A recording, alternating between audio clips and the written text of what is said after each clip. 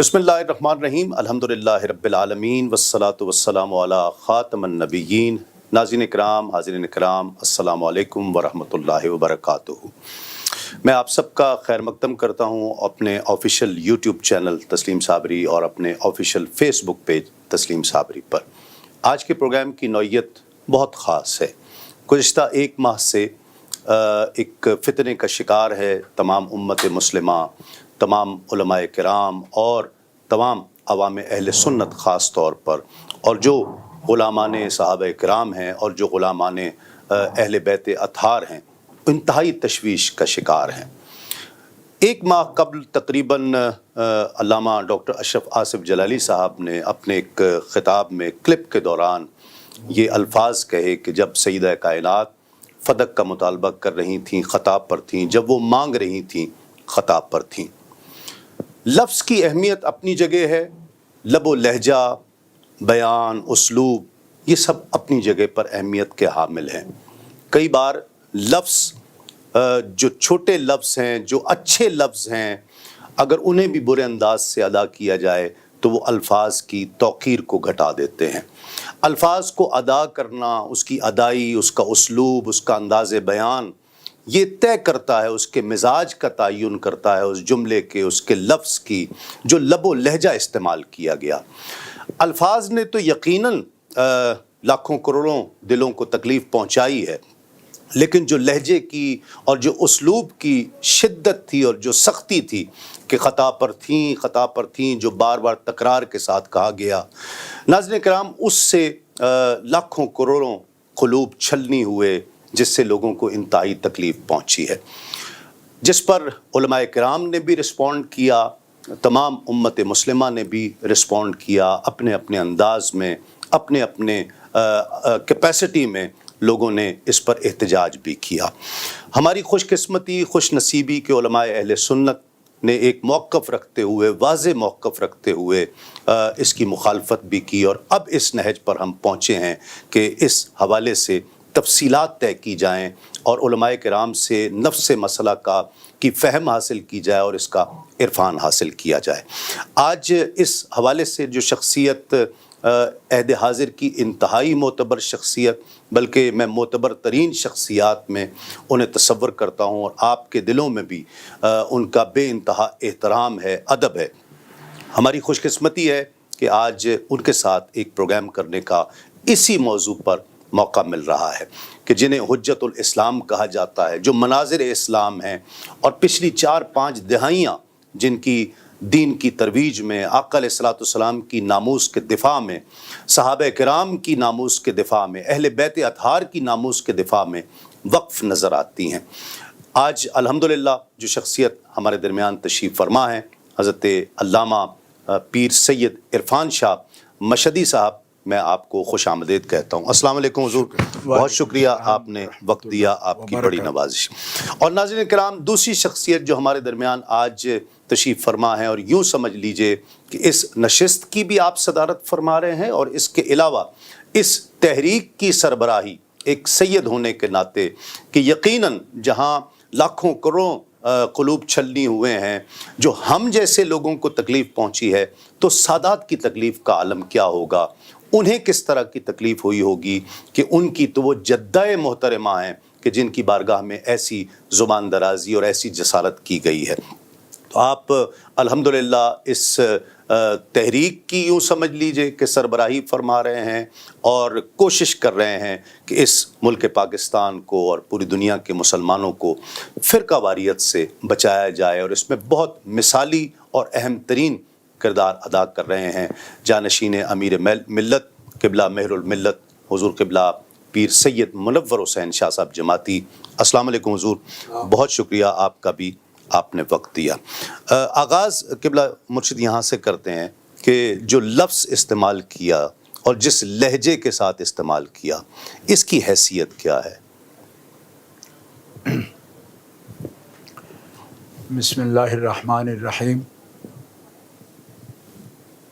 محترم جناب تسلیم صابری صاحب حافظہ اللہ تعالی،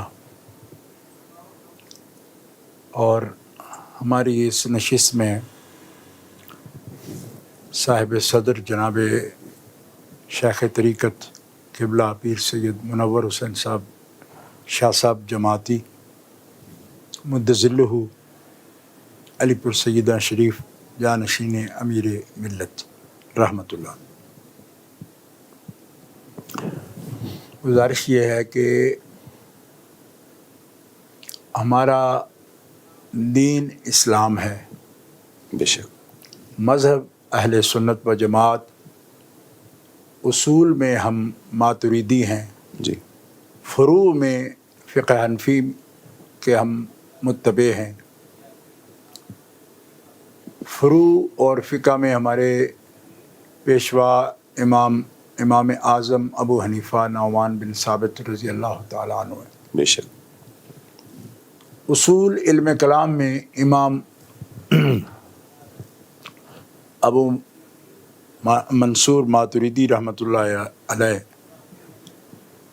ہمارے پیشوا ہیں، جبکہ اہل سنت کے پیشواؤں میں اصول میں علم کلام میں امام ابو الحسن اشعری جی.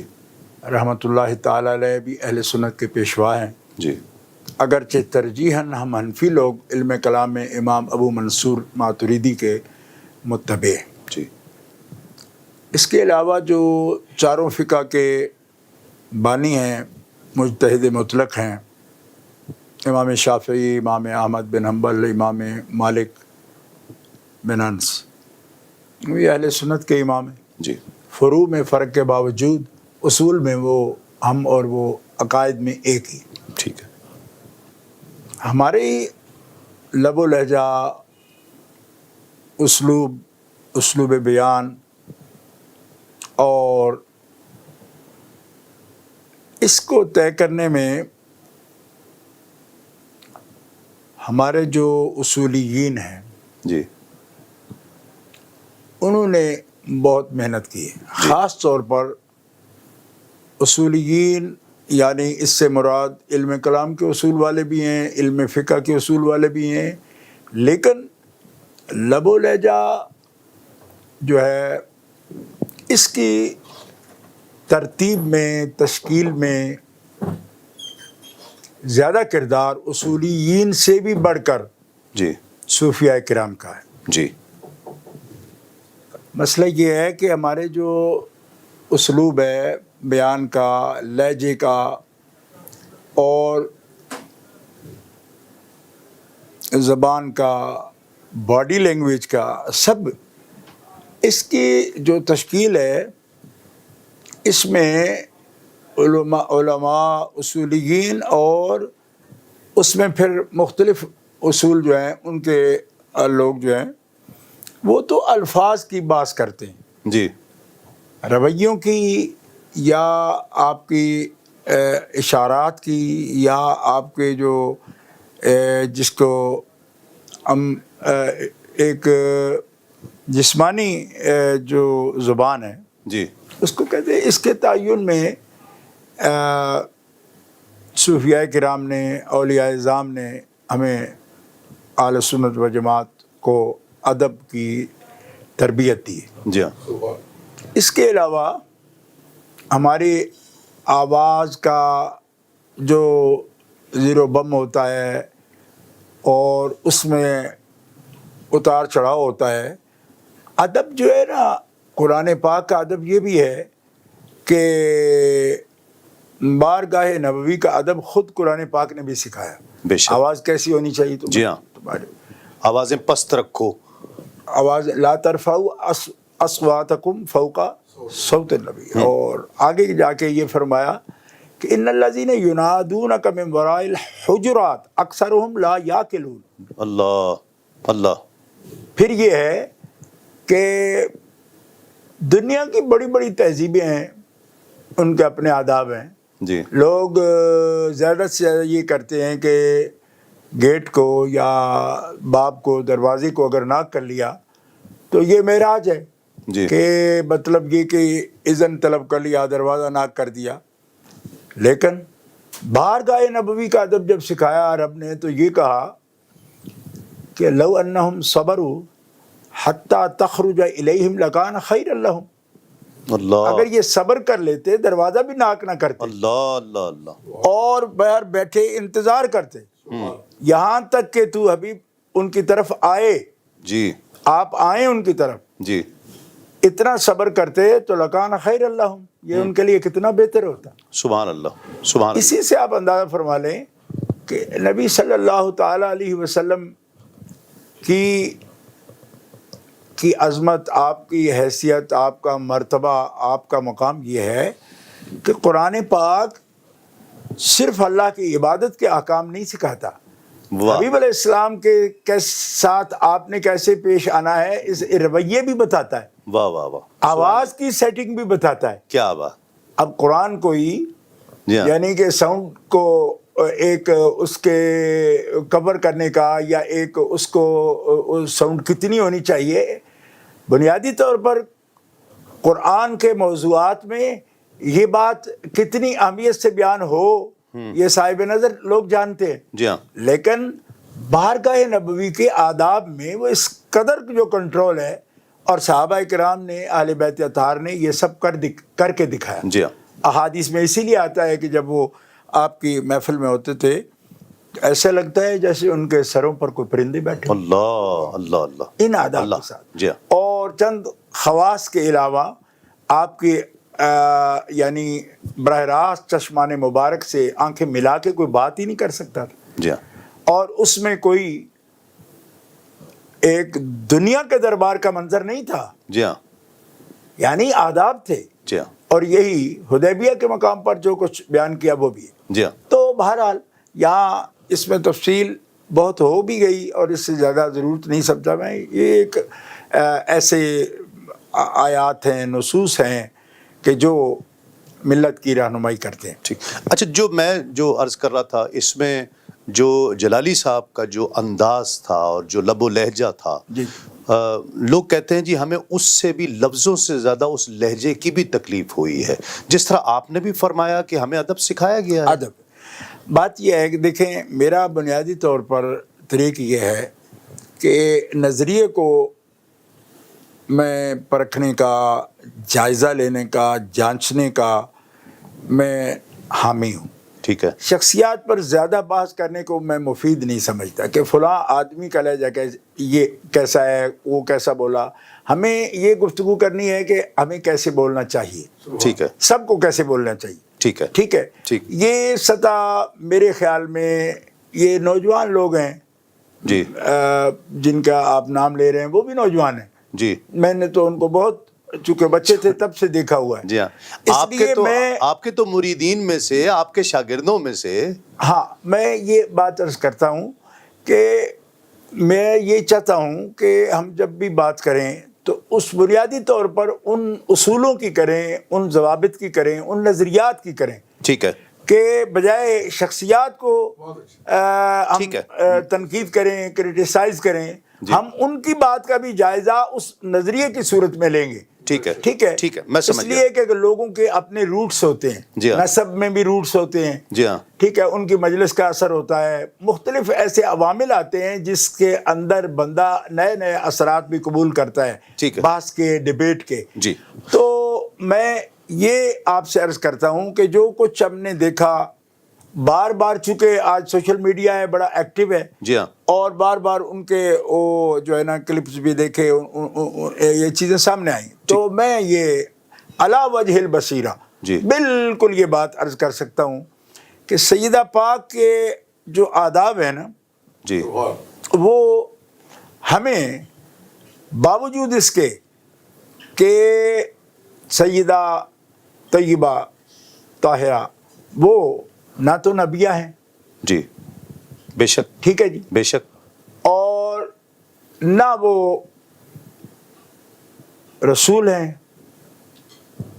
صاحب شریعت ہونا، صاحب وحی ہونا، یہ عقیدے نہیں ہمارے، جی ٹھیک ہے، ٹھیک ہے، عورتوں میں نبی کوئی ہوئی نہیں۔ ٹھیک ہے، دوسرا معصوم شرعی وہ نہیں ہے، جی معصوم شرعی صرف انبیاء کرام ہیں، رسول اعظام ہیں، ملائکہ ہیں، جی بے شک، یہ معصوم شرعی ایک مستقل اصطلاح ہے، جی ہاں، ٹھیک ہے جی، وہ نہیں ہے۔ جی ہاں، لیکن میں جو سمجھانا چاہتا ہوں سب کو، اور خود بھی الحمدللہ میں علی وجہ البصیرہ کہہ رہا ہوں۔ علی وجہ البصیرہ کا مطلب یہ ہوتا ہے کہ دل کی آنکھ سے جس کو دیکھا جائے۔ جی بصیرت ہوتی ہے دل کی آنکھ، جی ہاں، ایک سر کی آنکھ ہے، بصارت ہے، ایک بصارت بصیرت ہے، یہ بصیرت ہے۔ جی ہاں، علی وجہ البصیرہ میں یہ سمجھتا ہوں کہ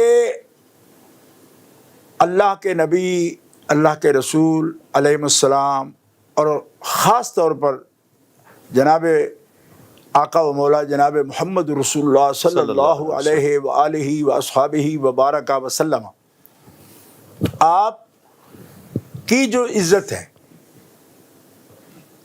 وہ حقیقت میں اللہ جل شانہ کی عزت ہے۔ بے شک، وَلِلَّهِ الْعِزَّةُ وَلِرَسُولِهِ وَلِلْمُؤْمِنِينَ وَلَكِنَّ الْمُنَافِقِينَ لَا يَعْلَمُونَ، یہ قرآن پاک کا ارشاد ہے بے شک، کہ اللہ تعالیٰ جل شانہ ہر عزت کا مالک ہے، سب عزتوں کا مالک اللہ ہے۔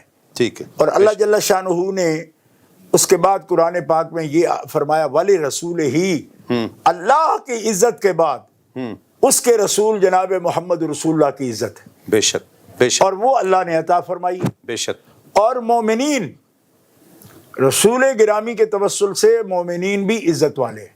بے شک، اسی لیے یہ بات جب ہم مقدسات کی بات کرتے ہیں تو ہم یہ بھول جاتے ہیں کہ مومن سارے کے سارے، امت ساری کی ساری، وہ بھی عزت کے لائق ہے حضور کے وسیلہ سے۔ بے شک، اور نبی صلی اللہ علیہ وسلم کی یہ حدیث پاک موجود ہے کہ اے کعبہ تیری بڑی حرمت ہے، جی لیکن ایک مسلم کی جو عزت ہے، اس کا مال ہے، اس کی عزت ہے، اس کا خون ہے، جی، اس کی حرمت تم سے بھی زیادہ ہے۔ ٹھیک، یعنی کعبے کی حرمت سے زیادہ تو ایک مومن کی حرمت ہے۔ جی، اور اس کو کئی احادیث مبارکہ میں رسول پاک صلی اللہ علیہ وسلم نے وضاحت فرمائی، عرفات کے دن بھی فرمائی، ٹھیک ہے، یعنی یوم عرفہ کو فرمائی، میدان عرفات میں فرمائی، جیسے یہ دن عزت والا ہے، جیسے یہ شہر عزت والا ہے، منتھ، مہینہ، جی ہاں، اور جیسے یہ رب کا گھر بیت اللہ عزت والا ہے۔ جی، اے کعبہ گواہ رہنا، محمد رسول اللہ ایک انسان کی تکریم بتا رہے ہیں،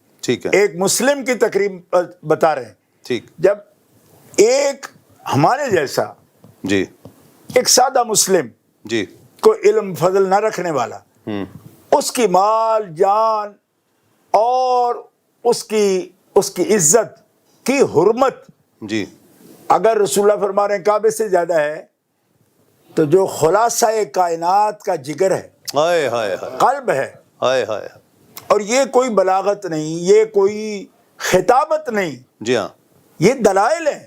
جی ہاں، بالکل، ہمیں ان کو رسول پاک کا قلب اطہر کہنے میں کسی عقیدت کے تحت بھی نہیں کہہ رہے۔ کیوں؟ کہ یہ تو نصوص ہیں۔ واہ واہ واہ، کوئی شخص کہے کہ اگر میں ان کو رسول پاک کا قلب کہتا ہوں تو یہ شاید میری عقیدت، بھائی عقیدت کیسی ہے؟ عقیدت میں تو آپ اور مؤدب ہو جاؤ گے۔ ٹھیک، بے شک، ٹھیک ہے، بے شک، یہ نصوص ہیں، بے شک، ان پر تو عمل کیے بغیر آپ مسلمان نہیں ہو سکتے۔ جی ہاں، بے ٹھیک شک، ہے جی۔ بے شک، تو رسول پاک نے ان کے بارے میں یہ فرمایا کہ دیکھو وہ میرے وجود کا حصہ ہے، جی ہاں، بدعت منی، بے شک، انما فاطمہ تو بدعت منی، بے شک، بخاری شریف ہے۔ سبحان اللہ، کیا بات، جی۔ کیا بات، سرکار مسور بن مخرمہ صحابی ہیں جو اس حدیث کے راوی ہیں، فرماتے آپ نے فرمایا فاطمہ میرا جگر ہے۔ اچھا، فرمایا تو یہ کہ حصہ ہے میرے وجود کا، جی، لیکن ہمارے اجلہ اکابر نے اس کی تعبیر جو ہے وہ فلذت کبد خیر الانبیاء، اعلیٰ فلذت کبد خیر الانبیاء، اللہ، خیر الانبیاء کے جگر کا ٹکڑا، سبحان اللہ، سبحان اللہ، اس سے تعبیر کیا۔ صحیح، اچھا، مسئلہ یہ ہے کہ جب یہ فرمایا رسول پاک صلی اللہ تعالیٰ علیہ وسلم سے افصح اور ابلغ اور آپ سے عمدہ کلام کرنے والا دنیا میں بے شک، رب نے پیدا ہی نہیں فرمایا۔ بے شک، بے شک، آپ جو بات فرماتے ہیں، جس کے لیے بھی فرماتے ہیں، اس میں کسی قسم کا کوئی شک نہیں ہو سکتا، شک کا مقام نہیں، بے شک، بے شک، اور پھر سب کو ایک جیسے لفظ نہیں فرماتے، جی ہاں، جز کی بات کی ہے نا، جی ہاں، حضرت مولا علی کے لیے بھی کی، جامع ترمذی میں حدیث صحیح ہے، اٹھا کے دیکھیں. جی ہاں یعنی علی منی وانا منہ، جی ہاں حسین منی وانا من حسین، جی ہاں یہ بھی جامع ترمذی ہے. جی ہاں اچھا، اس میں بھی جز کی بات کی ہے، جی ہاں ٹھیک ہے. ٹھیک. لیکن آپ نے ایک ہی لفظ سب کے لیے نہیں دہرایا. جی ہاں حضرت کو سیدہ پاک کے لیے یہ الفاظ مبارک فرما دی. اچھا، آگے جو آپ نے ارشاد فرمایا وہ یہ ہے کہ یؤذینی ما اذاہا، جو فاطمہ کو جس بات سے تکلیف ہوتی ہے اس سے فاطمہ کو تکلیف نہیں ہوتی، فاطمہ کی تکلیف میری تکلیف، اللہ، اس سے مجھے اذیت ہوتی ہے. اللہ اللہ. اور پھر جب رسول پاک کو اذیت ہو تو یہ خاص ہستی ہیں. جی ہاں ٹھیک ہے. ان الذین یؤذون اللہ ورسولہ لعنہم اللہ فی الدنیا والآخرہ. بے شک بے اچھا، شک. بے شک وہ لوگ جو اذیت دیتے ہیں اللہ جل شانہ کو یا اللہ جل شانہ کے رسول کو، جی. یؤذون اللہ ورسولہ، اور اللہ کے رسول جناب محمد رسول اللہ کو، صحیح صلی اللہ علیہ وآلہ ان کے لیے دردناک اور بہت توڑ دینے والا عذاب ہے، اور وہ ملعون ہے، دنیا و آخرت میں ان پر لعنت ہے. بے شک بے شک. پھر دنیا والآخرہ اللہ. اذیت رسول، اللہ فرماتا ہے یؤذون اللہ ورسولہ، تو اللہ کو کیسے اذیت ہوتی ہے؟ اذیت اگر احساس کا نام ہے اور اذیت اگر جسم سے متعلق ہے تو اللہ تعالی جل شانہ وعز اسمہ تو جسم سے پاک ہے. بے شک بے شک. ٹھیک ہے. بے شک. تو کہا کیا جا رہا ہے؟ حضور فرما رہے ہیں فاطمہ کو اذیت، محمد صلی اللہ علیہ وسلم کو اذیت ہے، اور خدا پاک یہ فرما رہا ہے محمد صلی اللہ علیہ وسلم کو اذیت جو ہے وہ تم مالک کو ایذا پہنچا. اب یہ ہماری ساری گفتگو میں رہنما ہوگا جو آپ نے مقدمہ قائم فرمایا ہے. بالکل. اس کی روشنی میں ان ایسے الفاظ اگر کوئی بھی ادا کرے، جس طرح آپ نے فرمایا کہ ہم کوئی شخصی بات نہیں کریں گے، ہم عقیدے پر بات کریں گے اور جملوں پر ایسے نظریے پر کریں گے، نظریے پر کریں، کسی باشد کوئی بھی ہو. جی بالکل. ہمیں آپ سب کو یہ بتانا ہے، آپ اس کا حکم بتائیں گے کہ بھئی یہ حکم ہے. انشاءاللہ. آپ اگر کوئی شخص یہ لفظ استعمال کرے کہ فدق مانگتے ہوئے خطاب پر تھیں، جب مانگ رہی تھیں خطاب پر تھیں، اور بعد میں کچھ جملے جب تعویلات اور توجیحات شروع ہوئیں تو اس میں یہ جملہ بھی آیا کہ سیدنا صدیق اکبر رضی اللہ تعالیٰ عنہ نے سیدہ فاطمہ الزہرا رضی اللہ تعالیٰ عنہ کو لقمہ حرام سے بچایا. یہ الفاظ سخت ہیں، حضور نبی کریم صلی اللہ علیہ وآلہ وسلم کو ایذا پہنچانے والے ہیں، اور اس کا حکم کیا ہوگا؟ دیکھیں، اس میں اسی مقدمہ سے کچھ حصہ آپ کے سامنے پیش کرتا ہوں. وہ یہ ہے کہ یہ اہل بیت اطہار کے جو نفوس ہیں، نفوس زکیہ کہیں یا قدسیہ کہیں، ایک خاص طہارت کے حامل ہیں. اللہ اللہ اللہ. ٹھیک ہے. جی بے شک. ان کے لیے باقاعدہ قرآن مقدس میں یطہرکم تطہیرا جی کے کلمات مبارکہ موجود ہیں. جی. اچھا، ابھی نمونے کے طور پر میں کچھ باتیں عرض کروں گا اختصار وقت کا ملحوظ رکھتے ہوئے. بات یہ ہے کہ ہم جب بھی خیر القرون کے بات کریں گے، جی، یعنی نبی کریم صلی اللہ علیہ وسلم کا ارشاد گرامی ہے خیر القرون قرنی. بے شک. اس زمانے کے لوگ، اس زمانے جی، جس میں نبی کریم صلی اللہ تعالی علیہ وسلم کی انفاس نفیسہ بے شک بے شک سے وہ قرن، جی، حیات ظاہرہ کے ساتھ جی، وہ قرن مبارک، اس میں جو صاحب ایمان موجود ہے، جی، وہ خاص لوگ ہیں. جی، صحابہ کرام کی جماعت ہو، اہل بیت اطہار کی جماعت ہو. بے شک بے شک. ایک بات تو پہلے ہی میں کھول دینا چاہتا ہوں، وہ یہ ہے کہ صحابہ کرام کا بہت بڑا مقام ہے، بے شک، بہت بڑا رتبہ ہے. بے شک. لیکن اس قرن مبارک میں جتنے بھی اہل بیت اطہار ہیں نا، جی ان کو دورہ شرف حاصل ہے. وہ سارے صحابی بھی ہیں. جی ہاں، اس بات کو کبھی نہ بھولنا چاہیے. کہ وہ صحابی بھی ہیں، اہل بیت بھی ہیں. وہ دوہری نسبت ہے ان کی. واہ واہ واہ، سبحان یہ اللہ. شرف دورہ ہے، جی ہاں، اور ان کے مرتبے بھی دورے ہیں.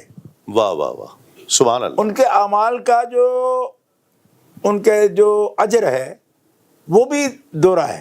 اجرہا مرتین. سبحان اللہ. قرآن پاک میں 22ویں پارے کی پہلی آیت میں یہ فرمایا گیا ہے کہ اے اہل بیت نبی آپ خاص ہو. جی اور یہاں پہ امہات المومنین کو مخاطب کرتے ہوئے قرآن پاک یہ کہہ رہا ہے کہ من یقنت منکن للہ ورسولہ وتعمل صالحا نؤتها اجرہا مرتین. اللہ، سبحان اللہ. اگر ایک مومن نیکی کرتا ہے تو اس کو من جاء بالحسنات فلہ عشر امثالہا، جی اس کے اجر 10 ہیں. جی ہاں، ٹھیک ہے. جی ہاں، اور اہل بیت نیکی کریں تو 20 ہیں. سبحان اللہ، سبحان اللہ، سبحان اللہ. ہیں. اور اگر اس کی کوئی ہمارا جو مقدس جماعت اہل سنت و جماعت ہے وہ دیکھنا چاہے تو دیکھ سکتی ہے. اس کو احادیث میں بھی موجود ہیں. ٹھیک جی ٹھیک. حضرت جعفر طیار کے بارے میں رضی اللہ تعالیٰ عنہ کے بارے میں نبی علیہ السلام فرماتے میں نے جنت میں دیکھا اونچا اڑتے ہیں واہ، عبداللہ بن رواحہ سے اور زید بن حارثہ سے. سبحان اور اللہ. آپ جانتے ہیں غزوہ موتہ میں یہ شہید ہوئے ہیں رومیوں کے مقابلے میں. جی ہاں، تو رسول پاک فرماتے ہیں میں نے اپنے اللہ سے عرض کی مالک ایک ہی غزوہ میں ایک ہی کاز کے لیے ایک ہی وقت میں تینوں شہید ہوئے اور تینوں میرے اپنے ہیں. جی جعفر بھی میرا اپنا ہے. جی زید بن حارثہ کا تو آپ جانتے جی ہاں، رسول پاک صلی اللہ علیہ وسلم کے متبنہ، جی ہاں، یعنی آپ بیٹا کی وہ ساری آیات بھی جی ہاں. سامنے. زید بن حارثہ، عبداللہ بن رواحہ بڑی خاص صحابی ہے. یا اللہ یہ تینوں ایک ہی وقت میں شہید ہوئے تو جعفر کی پرواز جنت میں بلند کیوں ہے؟ واہ واہ. میرے لیے تو تینوں ہیں. ہوں، فرمایا حبیب اس طرف دھیان کرو کہ ایمان میں نفس صحابیت میں تو برابری ہے ان کے ہاں، جی ہاں. لیکن جعفر میں اضافہ اس لیے ہے کہ جعفر تیرا اہل بیت بھی ہائے ہے. ہائے ہائے، سبحان اللہ. اس کے پروں میں جو طاقت ہے جس سے وہ جنت میں پرواز کر رہا ہے تو دوہرا مقام ہے اس کا. سبحان اللہ. صحابی ہونے کا بھی مقام اس سے حاصل ہے اور آپ کے اہل بیت ہونے کا بھی شرف انہیں حاصل ہے. بے شک. تو اس لیے میں یہ وضاحت اس لیے کی میں نے کہ صحابہ کرام علیہم الرضوان، اہل بیت اطہار علیہم الرضوان مقدس جماعت ہے، ان کے بڑے اجر ہیں. جی. لیکن آپ جانتے ہیں کہ اجر میں بھی حسب مراتب فرق ہے. جی ہاں، فتح مکہ سے جو پہلے لوگ ہیں جی ہاں، اولئک اعظم درجۃ من الذین انفقوا من بعد وقاتلوا وکلا وعد اللہ الحسنى. اللہ، بے اس شک، میں کسی کو کلام نہیں ہے. بے شک. مجاہد صحابہ کے اور مقام ہے، جی ہاں، گھر میں بیٹھنے والوں کے اور مقام ہے. جی ہاں، ان کے درجات کا فرق ہے. قرآن کہتا ہے یہ برابر نہیں ہے. لا یستوی القاعدون من المؤمنین غیر اولی الضرر والمجاہدون فی سبیل اللہ باموالہم وانفسہم فضل اللہ المجاہدین باموالہم وانفسہم علی القاعدین درجہ وکلا وعد اللہ الحسنى. سبحان اللہ. تو یہ درجہ کا مراتب کا جو فرق ہے وہ قرآن پاک خود بیان فرما رہا ہے. ٹھیک سابقون الاولون کے درجے، ٹھیک. والسابقون السابقون اولئک هم المقربون. تو اس کو کوئی چیلنج نہیں کر سکتا. ٹھیک. یہ قرآن پاک. اب سیدہ کا مقام جو ہے صحابیت میں، سیدہ کا مقام اہل بیت ہونے میں، سیدہ کا مقام سارے اہل بیت میں سب سے محبوب ہونے میں رسول پاک کے. سبحان اللہ. ٹھیک ہے. سبحان اللہ. سیدہ کا مقام دین اسلام کے لیے، اللہ کے لیے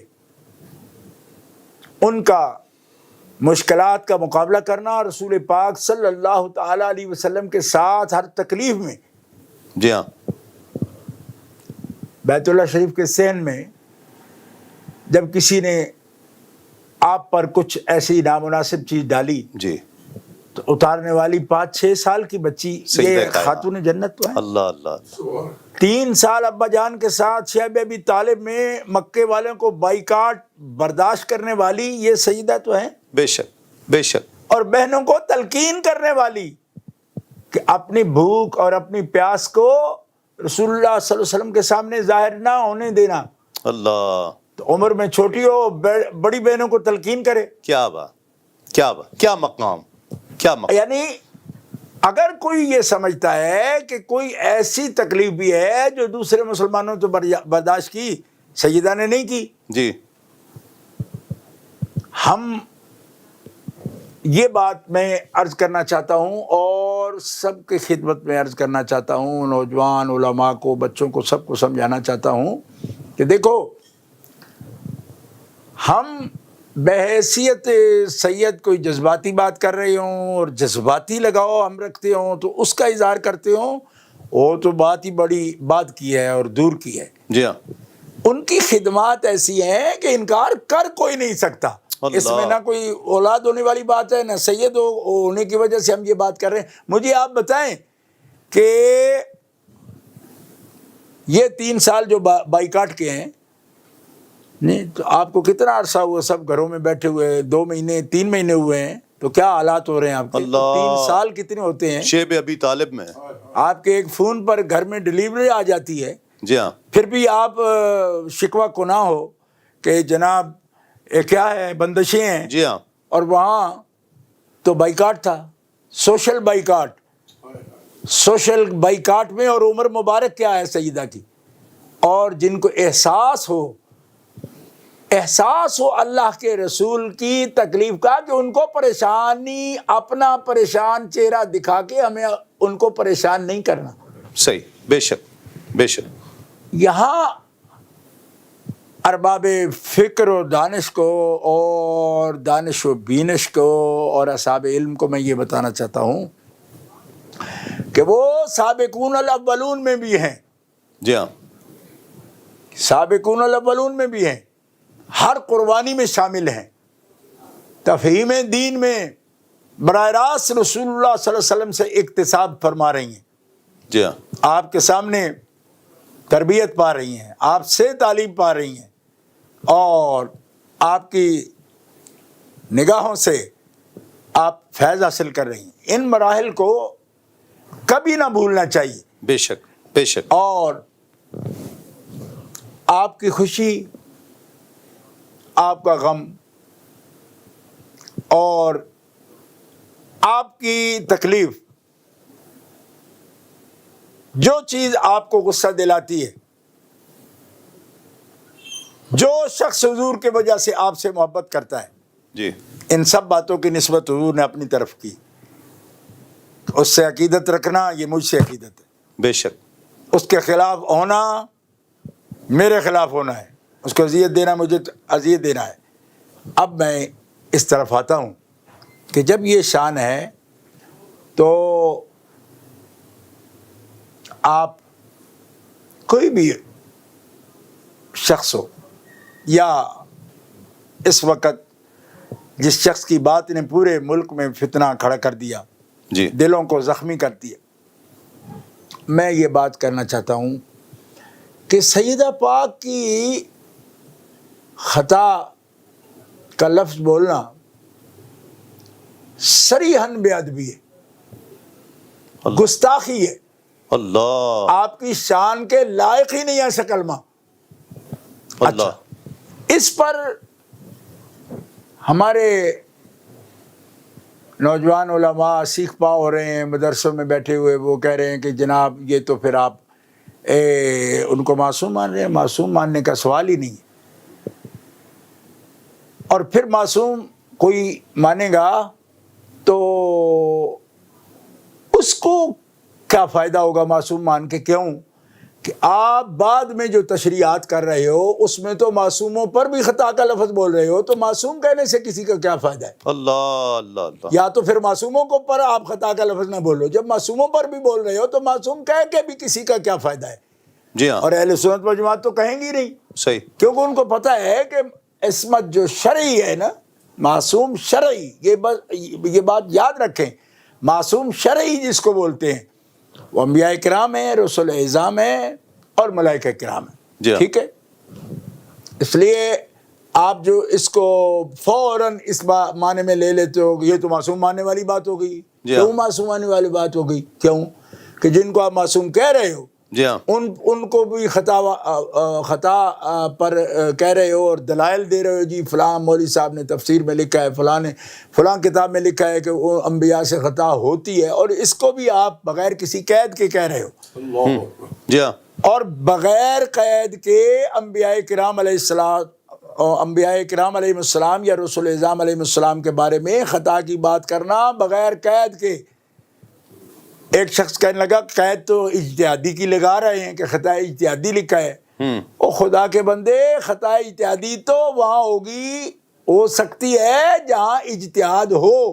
اللہ. تو کیا انبیاء کرام امور شریعت میں، احکام شریعت میں اجتہاد کرتے ہیں؟ یعنی کچھ ہوش سے بات کرو. انبیاء کرام تو اللہ کے اذن کے بغیر ایک قول نہیں کرتے. جی ہاں. اجتہاد کیا چیز ہوتی ہے؟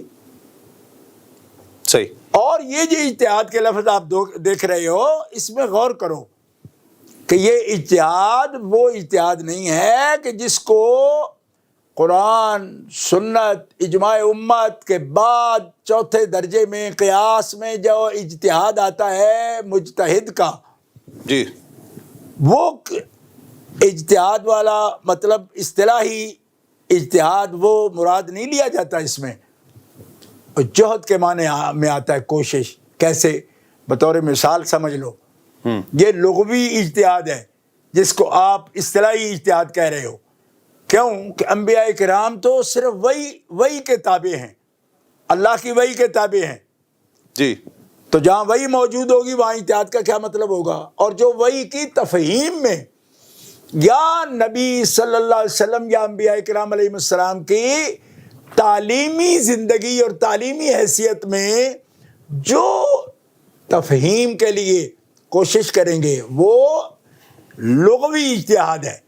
جیسے وہی جب نبی کریم علیہ الصلوۃ والسلام پر نازل ہوتی ہے، آتی ہے وہی آپ کے پاس، تو آپ اس کو جلدی سے دہراتے ہیں. اللہ تعالیٰ فرماتا ہے حبیب آپ کوشش نہ کریں اس کے لیے، لا تحرک بہ لسانک لتعجل بہ. آپ اس میں کوشش فرما رہی ہیں کہ میں اس کو حفظ کروں اور تاکہ بھولے نہیں. تو اس کا انحصار آپ کے تیز پڑھنے پر یا پورے دھیان لگانے پر نہیں. ان علینا جمعہ و قرآن فاذا قرأناہ فاتبع قرآنہ ثم ان علینا بیانہ. اس کو کھول کر آپ کو تعلیم دینا، سکھانا، پڑھانا، اور ایسا پڑھانا کہ جو کبھی بھولے ہی نہیں.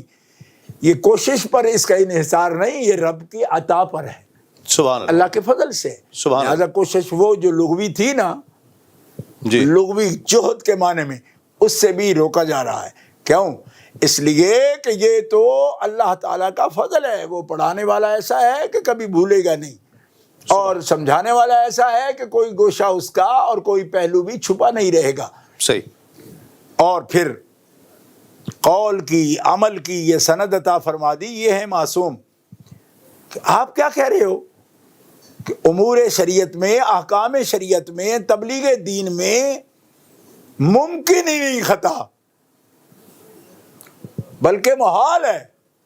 کیوں کہ اگر یہ تقریریں بار بار دہراتے رہو گے تو یہ سوال ہے پوری دنیا کے مستشرقین کا کہ اگر ان سے خطا ممکن ہے تبلیغ دین میں، امور شریعت میں، احکام شریعت میں، تو پھر قرآن کی سند کیا ہے، تورات کی سند کیا ہے، زبور کی سند کیا ہے، انجیل کی سند کیا ہے، اس کا اعتبار کیا ہے، اس کا اعتماد کیا ہے.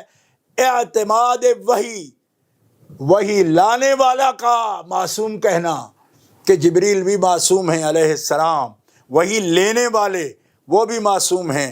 اور معصوم کا مطلب ہے وہ حفاظت الہیہ میں ہیں.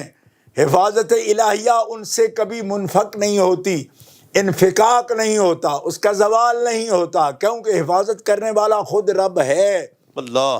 بے شک بے شک. اور رب جو ہے وہ سونے سے، اونگنے سے، کمزوری سے پاک ہے. حفاظت تب اٹھتی ہے جب حفاظت کرنے والا سو جاتا ہو، کمزور ہو جاتا ہو. فرمایا رب قوی ہے، قادر ہے. جب وہ حفاظت کر رہا ہے تو کسی لمحے بھی حفاظت ان سے اٹھتی نہیں، عصمت ان سے زائل ہوتی نہیں. حتیٰ کہ سو بھی جائے معصوم تو قلب انور جاگتا رہتا ہے. سبحان اللہ، سبحان اللہ. تو کیسے بھول رہے ہیں آپ کہ عصمت کا، انفقاق کا عقیدہ ان سے رکھنا درست نہیں ہے، یہ معصوم ہے. بے شک. اب کچھ دوستوں کو یہ خیال ہے کہ محفوظ اور معصوم میں فرق کیا ہوتا ہے. فرق یہ ہوتا ہے، قطعیت کا فرق ہوتا ہے، قطعیت اور غیر قطعیت کا فرق ہوتا ہے. جی. اگر سمجھ نہ آئی ہو تو علامہ عبدالعزیز پرہاروی رحمۃ اللہ علیہ سے عصمت کے مقام پر جہاں پر عصمت کی تعریف کر رہے ہیں نبرات شرع عقائد اٹھا کے دیکھو، آپ کو سمجھ آ جائے گا. صرف اتنا فرق ہے، حالانکہ معصوم کا معنی ہی محفوظ ہے. اللہ اللہ اللہ. یعنی اس میں کوئی دوری نہیں ہے، معصوم کا معنی محفوظ ہے. لیکن فرق کیا ہے؟ جو بچوں کو شوق ہے لوگوں کو فون کر کر کے پوچھتے ہیں کہ محفوظ اور معصوم میں کیا فرق ہے. جی ہاں.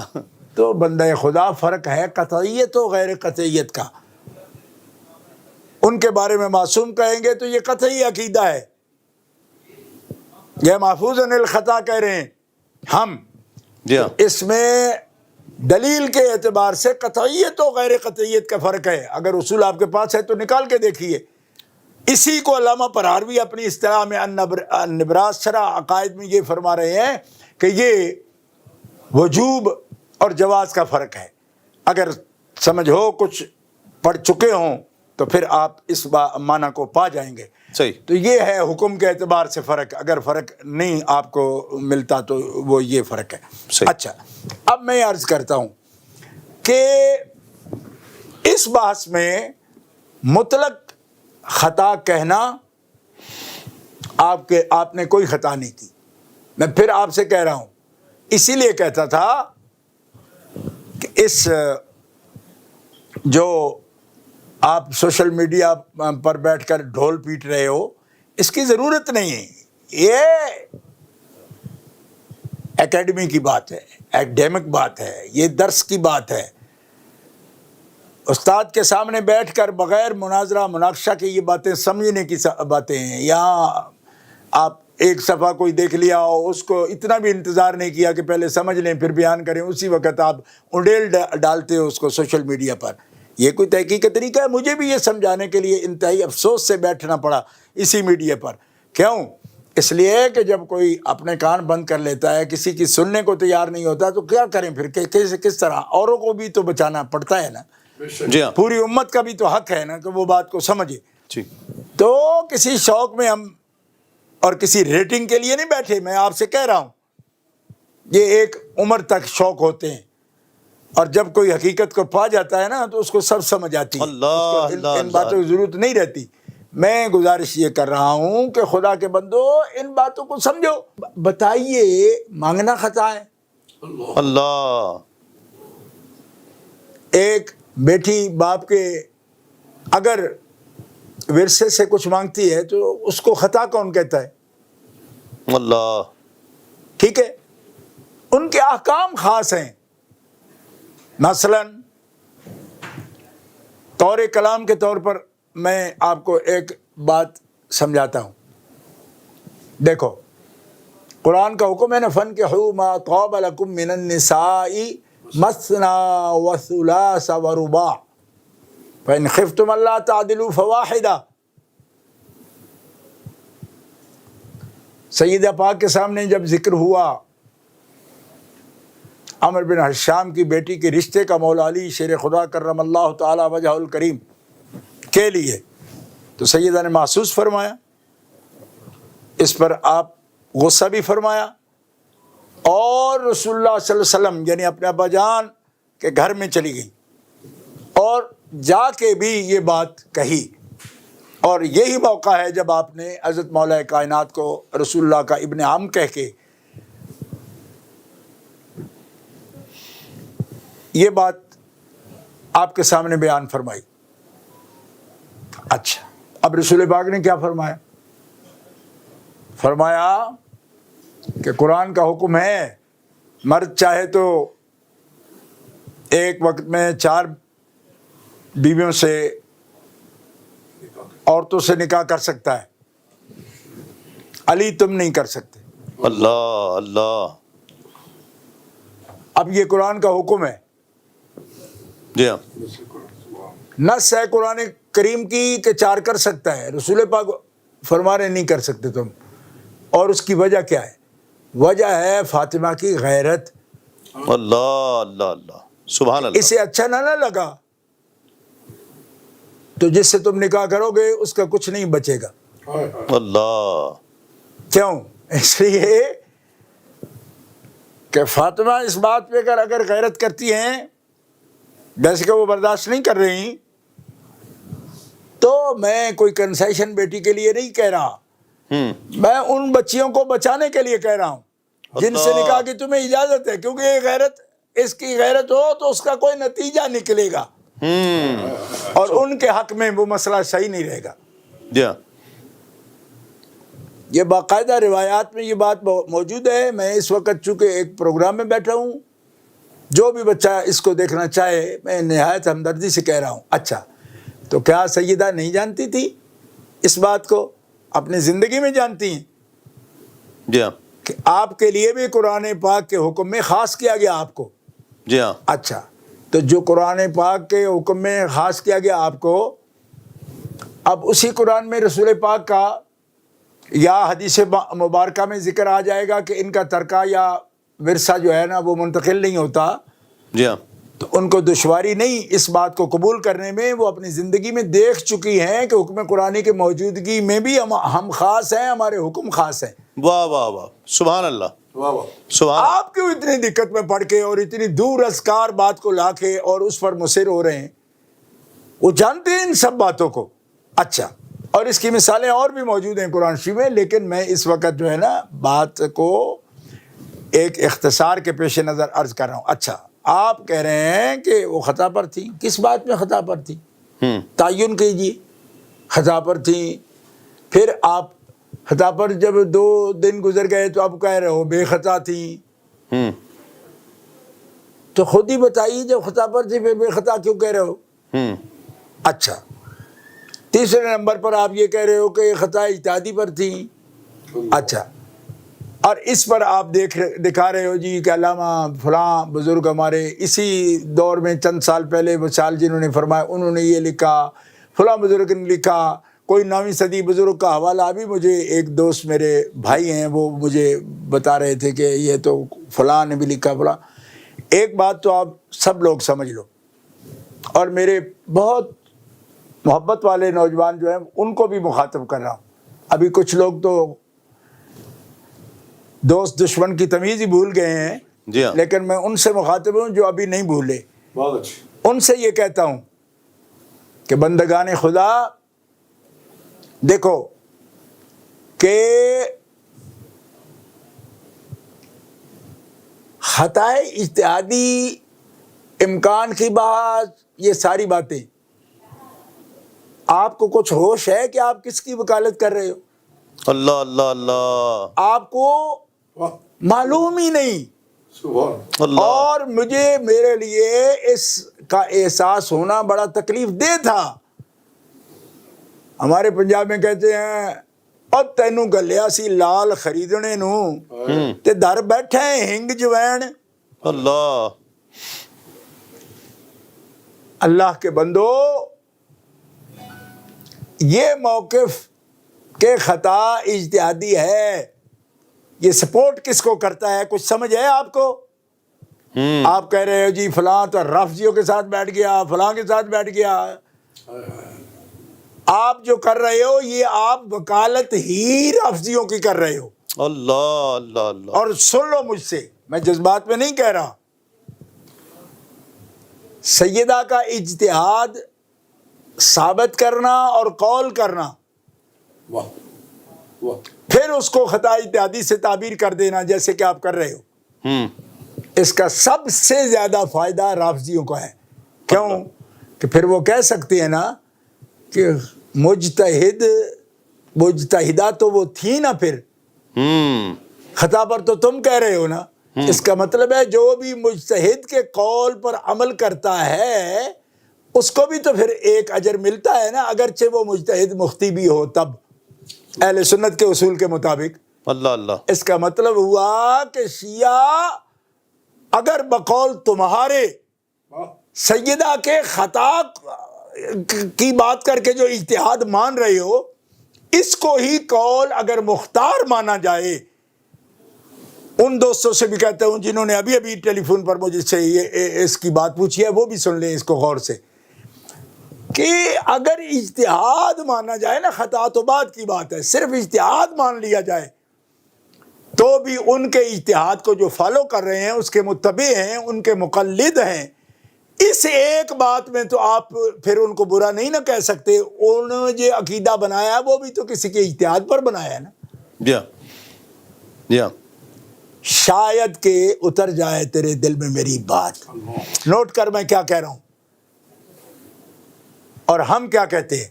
میں کیا کہہ رہا ہوں، آپ اس کی دلیلیں لا رہے ہو، جی فلاں نے خدائی اجتہادی، فلاں نے اجتہادی. وہ اقوال نہیں دیکھے جاتے، مختار مذہب دیکھا جاتا ہے. آپ کو خود نہیں پتا؟ اقوال تو سینکڑوں مل جاتے ہیں ایک ایک مسئلے پر. بخاری شریف اٹھا کے دیکھو، اقوال ملے ہیں. یہ جناب فلاں محدث کہہ رہے ہیں حضور تو جسمانی معراج ہی نہیں ہوئی، بڑی بڑی ہستیاں کہہ رہی ہیں. تو اقوال پیش کرتے ہو یا مختار مذہب پیش کرتے ہو کہ جاگتے ہوئے سر کی آنکھوں سے عین ذات کو دیکھا اور ٹک ٹکی لگا کے دیکھا. کیا بات، سبحان اللہ. پچھلے اقوال سناؤ نا پھر، کہ جہاں سے حدیث شروع کی امام بخاری نے وہاں کتنے قول جمع کیے ہیں. تو قول نہیں دیکھے جاتے، مختار مذہب دیکھا جاتا ہے، امت کا اور جمہور کا مذہب دیکھا جاتا ہے. اب یہاں قول یاد آ گئے، جی فلانے صاحب کہہ رہے ہیں، فلانے صاحب کہہ رہے ہیں. فلانے صاحب جو کہہ رہے ہیں نا، وہ آپ کی بنیادیں ہلا رہے ہیں. ان کو تو سمجھ ہی نہیں ہے اس بات کی. خطائے اجتہادی ہو سکتی ہے، پر خطائے اجتہادی ہو تو تب نا جی ہو گئی اور اسی کا رٹا لگا کے بیٹھ جاؤ. نہیں ہوئی کیوں کہ میں کہہ رہا ہوں اجتہاد ہی نہیں فرمایا. بیٹی باپ کا ورثہ مانگے تو اس میں اجتہاد کی کیا ضرورت ہے؟ کمال ہے. کل کو آپ کی بیٹیاں ورثہ آپ کے مانگیں گے تو وہ اجتہاد کریں گی. کسی اجتہاد کی ضرورت نہیں، کسی دلیل کی ضرورت نہیں. مسلمانوں کا معاشرہ ہے، سب کو پتہ ہے بیٹیاں وارث ہوتی ہیں. جی ہاں. بندگان خدا، اب آپ کہہ سکتے ہو نہیں جی وہ تو خاص بات تھی، چونکہ حدیث پاک ہے جو سیدنا ابو بکر صدیق رضی اللہ تعالیٰ نے پیش کی. تو جب تک پیش نہیں ہوئی تب تک کیسے خطا پر کہہ رہے ان کو؟ اللہ. اور پیش ہو گئی تو اس پر ایک کمنٹ بی بی پاک کا دکھاؤ. جی ہاں. واہ واہ واہ، سبحان. اور میں تمہیں یہ دکھاؤں گا کہ اس روایت جس پر تم بول رہے ہو اس میں لم تکلم کا لفظ ہے، پھر بات ہی نہیں کی. جی ہاں. بات نہ کرنا ان کی خطا ہے. اللہ. کس کو خطا کہہ رہے ہو؟ ہم کہہ سکتے ہیں، ہم کہہ سکتے ہیں. او خدا، زبان ساتھ ہے تو سب کچھ کہہ سکتے ہو. اللہ. ایسے نہیں ہوتا. اور پھر ایک بات بتاؤں آپ کو، آپ تو بڑی بڑی کتابوں کے حوالے دے رہے ہو سارے دوست. میں آپ کو یہ بات بتانا چاہتا ہوں کہ شیخ سعدی کی گلستان ہی پڑھ لو. اذا یائس الانسان طال لسانہ، جب انسان سے بات نہ بنے نا، مایوس ہو جائے تو اس کی زبان لٹک جاتی ہے، لمبی ہو جاتی ہے. یہ ہے کیفیت تم لوگوں کی. اللہ. اور پھر بنتے ہو کہ ہم بڑی دلیلیں دے رہے ہیں. دلیلیں کیا ہیں؟ خطا بتاؤ نا، کیا خطا ہے؟ خطا مطلق کا تم نے لفظ بولا، پھر خود بے خطا کہنے لگے. دوسرے دن تیسرے دن تم خطا اجتہادی پر آئے اور پھر اس پر کیا نمونے تم دکھا رہے ہو. یہ کہتے ہو جی خطا اجتہادی تو انبیاء سے بھی ہوتی ہے، مطلق کہہ دیتے ہو. امور شریعت، احکام شریعت تبلیغ دین میں نہیں ہوتی، ناممکن ہے، محال ہے. یہ کہے بغیر کہہ رہے ہو کہ ان سے خطا اجتہادی ہوتی ہے. میں کہتا ہوں وہ اجتہاد کرتے نہیں، صرف تعلیم میں اجتہاد کرتے ہیں، اور وہ بھی اجتہاد لغوی. ٹھیک ہے. نبوت کی دو کیفیات بتا رہا ہوں، ایک تعلیمی کیفیت ہے اور ایک تبلیغی کیفیت. تبلیغی کیفیت میں تو خطا ممکن ہی نہیں ہے، اور تعلیمی کیفیت میں جس کو خطا باری تعالیٰ فرما دے، اصحاب بھی فرما دے، غوا بھی فرما دے، ازلہ بھی فرما دے. تو کبھی غور کیا جس کے لیے حوالہ آپ نعیم الدین صاحب مراد آبادی رحمۃ اللہ علیہ کے پیش کر رہے ہو، وہاں آدم علیہ السلام کی امت موجود تھی، آدم علیہ السلام تبلیغ کر رہے تھے. وہ جب خلیفہ زمین میں بنائے گئے، بات جنت کی ہو رہی ہے. سبحان کچھ اللہ. اپنا دماغ بھی ہلاؤ نا اس کو. کوئی اس سے تو وہ تعلیمی دور ہے. نبوت کے تعلیمی دور اور نبوت جب معلم بن کے آتی ہے، مبلغ بن کے آتی ہے، خطا ممکن ہی نہیں ہوتی۔ اللہ، اور اگر خطا ان سے ہو امور شریعت میں، احکام شریعت میں، تبلیغ دین میں، تو پھر جو تم عقیدہ بیان کر رہے ہو نا، یہ اچھرے والوں کا عقیدہ ہے، ذیل دار پارک والوں کا، یہ بھی کوئی نئی بات نہیں کہہ رہے ہو۔ اس کے ڈانڈے بھی جا کے جڑتے ہیں ابن تیمیہ کی تحریک سے، یہ بھی کوئی نئی بات تحقیق نہیں تم پیش کر رہے ہو، ہم جانتے ہیں اور ان کو اچھی طرح پہچانتے ہیں اللہ اللہ اللہ، کہ اس نقاب کے اندر کون چھپا بیٹھا ہے۔ ہم ایسی باتوں کی نسبت نہیں کرتے، اور تم لوگوں پر زوال عقلی کا حالت یہ ہے کہ 100 سال میں ہمارے اکابر یہ بتاتے رہے کہ لفظ کے باوجود معنی میں ادب کیسے کرنا ہے۔ آج تم گنجائشیں نکال رہے ہو جی خطا بولنا ٹھیک ہے، اور خطا کا لفظ انبیاء پر جو ہے 2 معنوں میں نہیں بول سکتے، ایک اور جو ہے نا صاحب بولے کہ 9 معنی میں بول سکتے ہیں۔ میں نے کہا اللہ یستہزئ کا ترجمے پر جو محاسن آج تک چھاپتے رہے ہو کس بات کے؟ مکروا مکر اللہ یخادعون اللہ پر جو محاسن چھاپتے رہے ہو وہ کس بات کے؟ علماء نے زندگیاں لگا دی، مولانا پیر محمد چشتی رحمۃ اللہ تعالی علیہ نے کنز الایمان پر جو تجزیہ لکھا ہے، اللہ اکبر، عجیب، انہوں نے ایک دبستان کھولا، تو وہ باتیں کدھر گئیں؟ جی ہاں، تو پھر سیدھے پھر ترجمے کرو مغفرت ذنب کے، پھر دقتیں تمہیں کس بات کی ہیں؟ تو سنو، کہتے ہیں جی یہاں امکان موجود بھی ہو تو وقوع اس کا ہو تو بولو نا، بغیر وقوع کے امکان کیسے بولیا؟ خطا اجتہادی وہاں بولی ہے، وہاں تو لغوی اجتہاد مراد ہے، جی ہاں، تعلیمی زندگی کی بات ہے، اور پھر واقعہ ہوا کیا جس کا قرآن میں ذکر ہے، ٹھیک ہے، جس تفہیم میں جس درجے میں ہوئی وہ بھی ذکر ہے، ٹھیک ہے، یہاں کیا ہوئی؟ مطلب ایک بیٹی باپ کے ورثے کا سوال کرے تو یہ سوال کو آپ پہلے تو کہہ دیا جناب کہ یہ مطلق خطا ہے، استغفر، 2 دن بعد کہہ دیا کہ بے خطا ہے، پھر کہہ دیا یہ خطا اجتہادی ہے، وہ تو انبیاء سے بھی ہوتی ہے، اور ایک اور ہیں بزرگ ان کو بھی آپ نے ملوث کر لیا۔ کیا؟ وہ کہتے جی پہلی تو غلطی انہوں نے کی کہ معصوم ہے، انبیاء کرام علیہ السلام معصوم ہیں، اور اس کا مطلب یہ ہے کہ ان میں قوت ہی نہیں ہوتی۔ یہ کس نے لکھا؟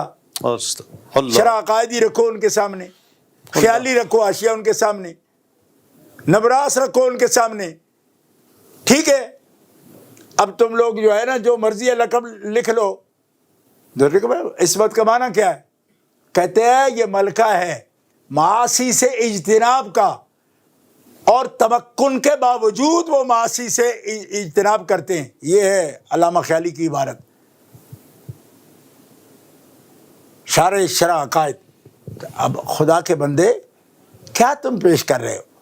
ان کو ملوث کر لیا اس بات میں، بنیادی تعریفات ہی نہیں آتی، اور اتنے بڑے بزرگوں کو وہ بدنام کر رہے ہیں کہ ان کے ہم شاگرد ہیں اور فلاں فلاں کے ہم استاد ہیں۔ او بنو استاد یار، لیکن کوئی استادوں والی بات بھی تو کرو۔ ہم کب انکار کسی کا کرتے ہیں؟ آپ کو جب ایک ارذل العمر کو بندہ پہنچ گیا، اب ان کو ایسی باتوں میں الجھا رہے ہو جہاں جوانوں کے سر پھرے ہوئے ہیں، بوڑھے وہاں کیا آ کر وہ بنیادی تعریفات کو ہی ذہن میں نہیں لا سکتے۔ اب دوسرا وہ بتا رہے ہیں جی انبیاء سے خطا ہوتی ہے بغیر قید کے، یعنی امور شریعت میں بھی ہو جاتی ہے، احکام شریعت میں بھی ہو جاتی ہے، تبلیغ دین میں بھی ہو جاتی ہے، تو پھر دین کو امان کہاں ملے گی؟ لوگ اعتماد کیا کریں گے؟ قطعیت کیسے حاصل ہوگی اگر وہاں ان سے خطا محال نہ ہو؟ تو اس لیے ایسی بات نہیں کرتے۔ پھر دوسری سنو، کہتے جی خطا اجتہادی نہیں بولی جا سکتی، یہ بولی جا سکتی، نسبت کرنے کا سوال ہی نہیں، سوال یہ ہے کہ یہ بولنے کا مقام کیا ہے؟ اللہ، کون سا اجتہاد انہوں نے کیا؟ کون سا اجتہاد کیا؟ وہ تو نص آئی سامنے، ٹھیک ہے، آپ نے کلام ہی نہیں فرمایا۔ اچھا ایک بات اور میں وضاحت کرنا چاہتا ہوں اپنے عزیزوں سے، جو عزیز بنتے ہیں اور جن کو اب اپنے بڑوں سے بھی بو آتی ہو نا، پاس بیٹھ کے سمجھنے کو تیار نہ ہوں، وہ بھی سمجھ لیں۔ کیوں؟ سید ہونے کے ناطے ہم کو روک نہیں رکھتے معرفت پر، جو آئے لے لے، ہم تو مائل بکرم ہیں، کوئی سائل ہی نہیں۔ اللہ اللہ اللہ، اللہ خطا اجتہادی کا لفظ یوں نہیں بولا جا سکتا. اس واسطے یہ نہیں کہ امکان کے باوجود خطا نہ بولیں، یہ تو انبیاء کی معاذ اللہ اہانت ہو رہی ہے کہ ان پر بولا جا سکتا ہے. وہ ان پر بھی اس طریقے سے جو بول رہے ہیں تم ہی بول رہے ہو. ہمارے سامنے جو بولے گا نا تو سید پوچھے گا کہ کیسے بول رہا ہے وہ. اللہ ہاں اللہ تم یہ کہہ رہے ہو کہ جناب یہ تو پھر انبیاء سے بھی بڑھانے والی بات ہو جائے گی کہ ان پر یہ نہیں بولے. بھائی بولا جا سکتا تب بولو نا کہ جب وہ اجتہاد بھی ہوا ہو، پھر خطا بھی ہوئی ہو. جی آپ نے اجتہاد کیا، یہ تمہارا ذہن ہے نا، اجتہاد کیا،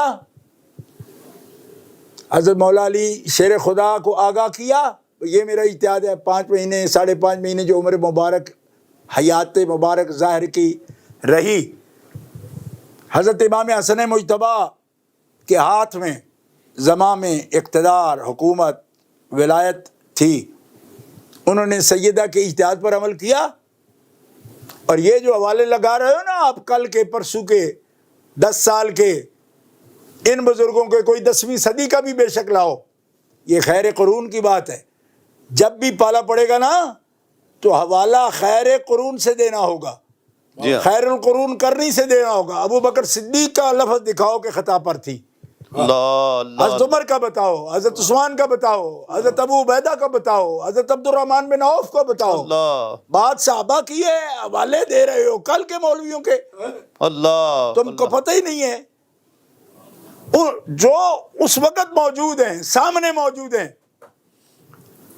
تو 10 صدیوں میں اگر کسی نے کوئی جرت ہی نہیں کی بولنے کی تو کس برتے پر بول رہے ہو؟ اور پھر کہتے ہو جی وہ بولا جا سکتا ہے، اور میں تو شیعہ کے جواب میں بول رہا ہوں. اس سے بہتر ڈیفینڈ کر کے دکھاؤ. اللہ یہ بات عرض کرنا چاہتا ہوں کہ مثلا وہ کہہ رہے ہیں کہ میں تو جناب شیعہ کے جواب میں خاص ایک ماحول میں نے کہا خدا کے بندے ماحول ہی تو سمجھے نہیں ہو. اس ماحول میں ساری توجہ اگر خاندان نبوت کے ادب پر ہوتی نا، اللہ اکبر، یہ لغزشیں، یہ ٹھوکریں نہ ہوتی. اللہ میرے پیران پیر دستگیر سے کسی نے پوچھا کہ ابن حلاج جس منزل پر بات کر گئے اگر آپ ہوتے تو کیا کرتے؟ فرمایا میں ایک دن میں 70 دفعہ اس مقام سے بالکل سلامتی سے گزر جاتا ہوں. ہائے ہائے ہائے. اگر ابن حلاج کو یہ مشکل عبد القادر جیلانی کے سامنے پیش آتی تو جیسا باپ بچے کو گود میں بٹھا کر منزل سے پار اتار دیتا ہے، میں ابن حلاج کو بغیر کچھ کہے اس طرح اتار سکتا تھا. اللہ اللہ اللہ. غور کرو، ففہم فتدبر فیہ ما فی. غور کر میں کیا کہہ رہا ہوں. آپ کہہ رہے تھے میں تو شیعوں کے جواب میں بولنا پڑا. شیعوں کے جواب میں آپ کیا بولو گے؟ کوئی مناظرہ کیا آپ نے؟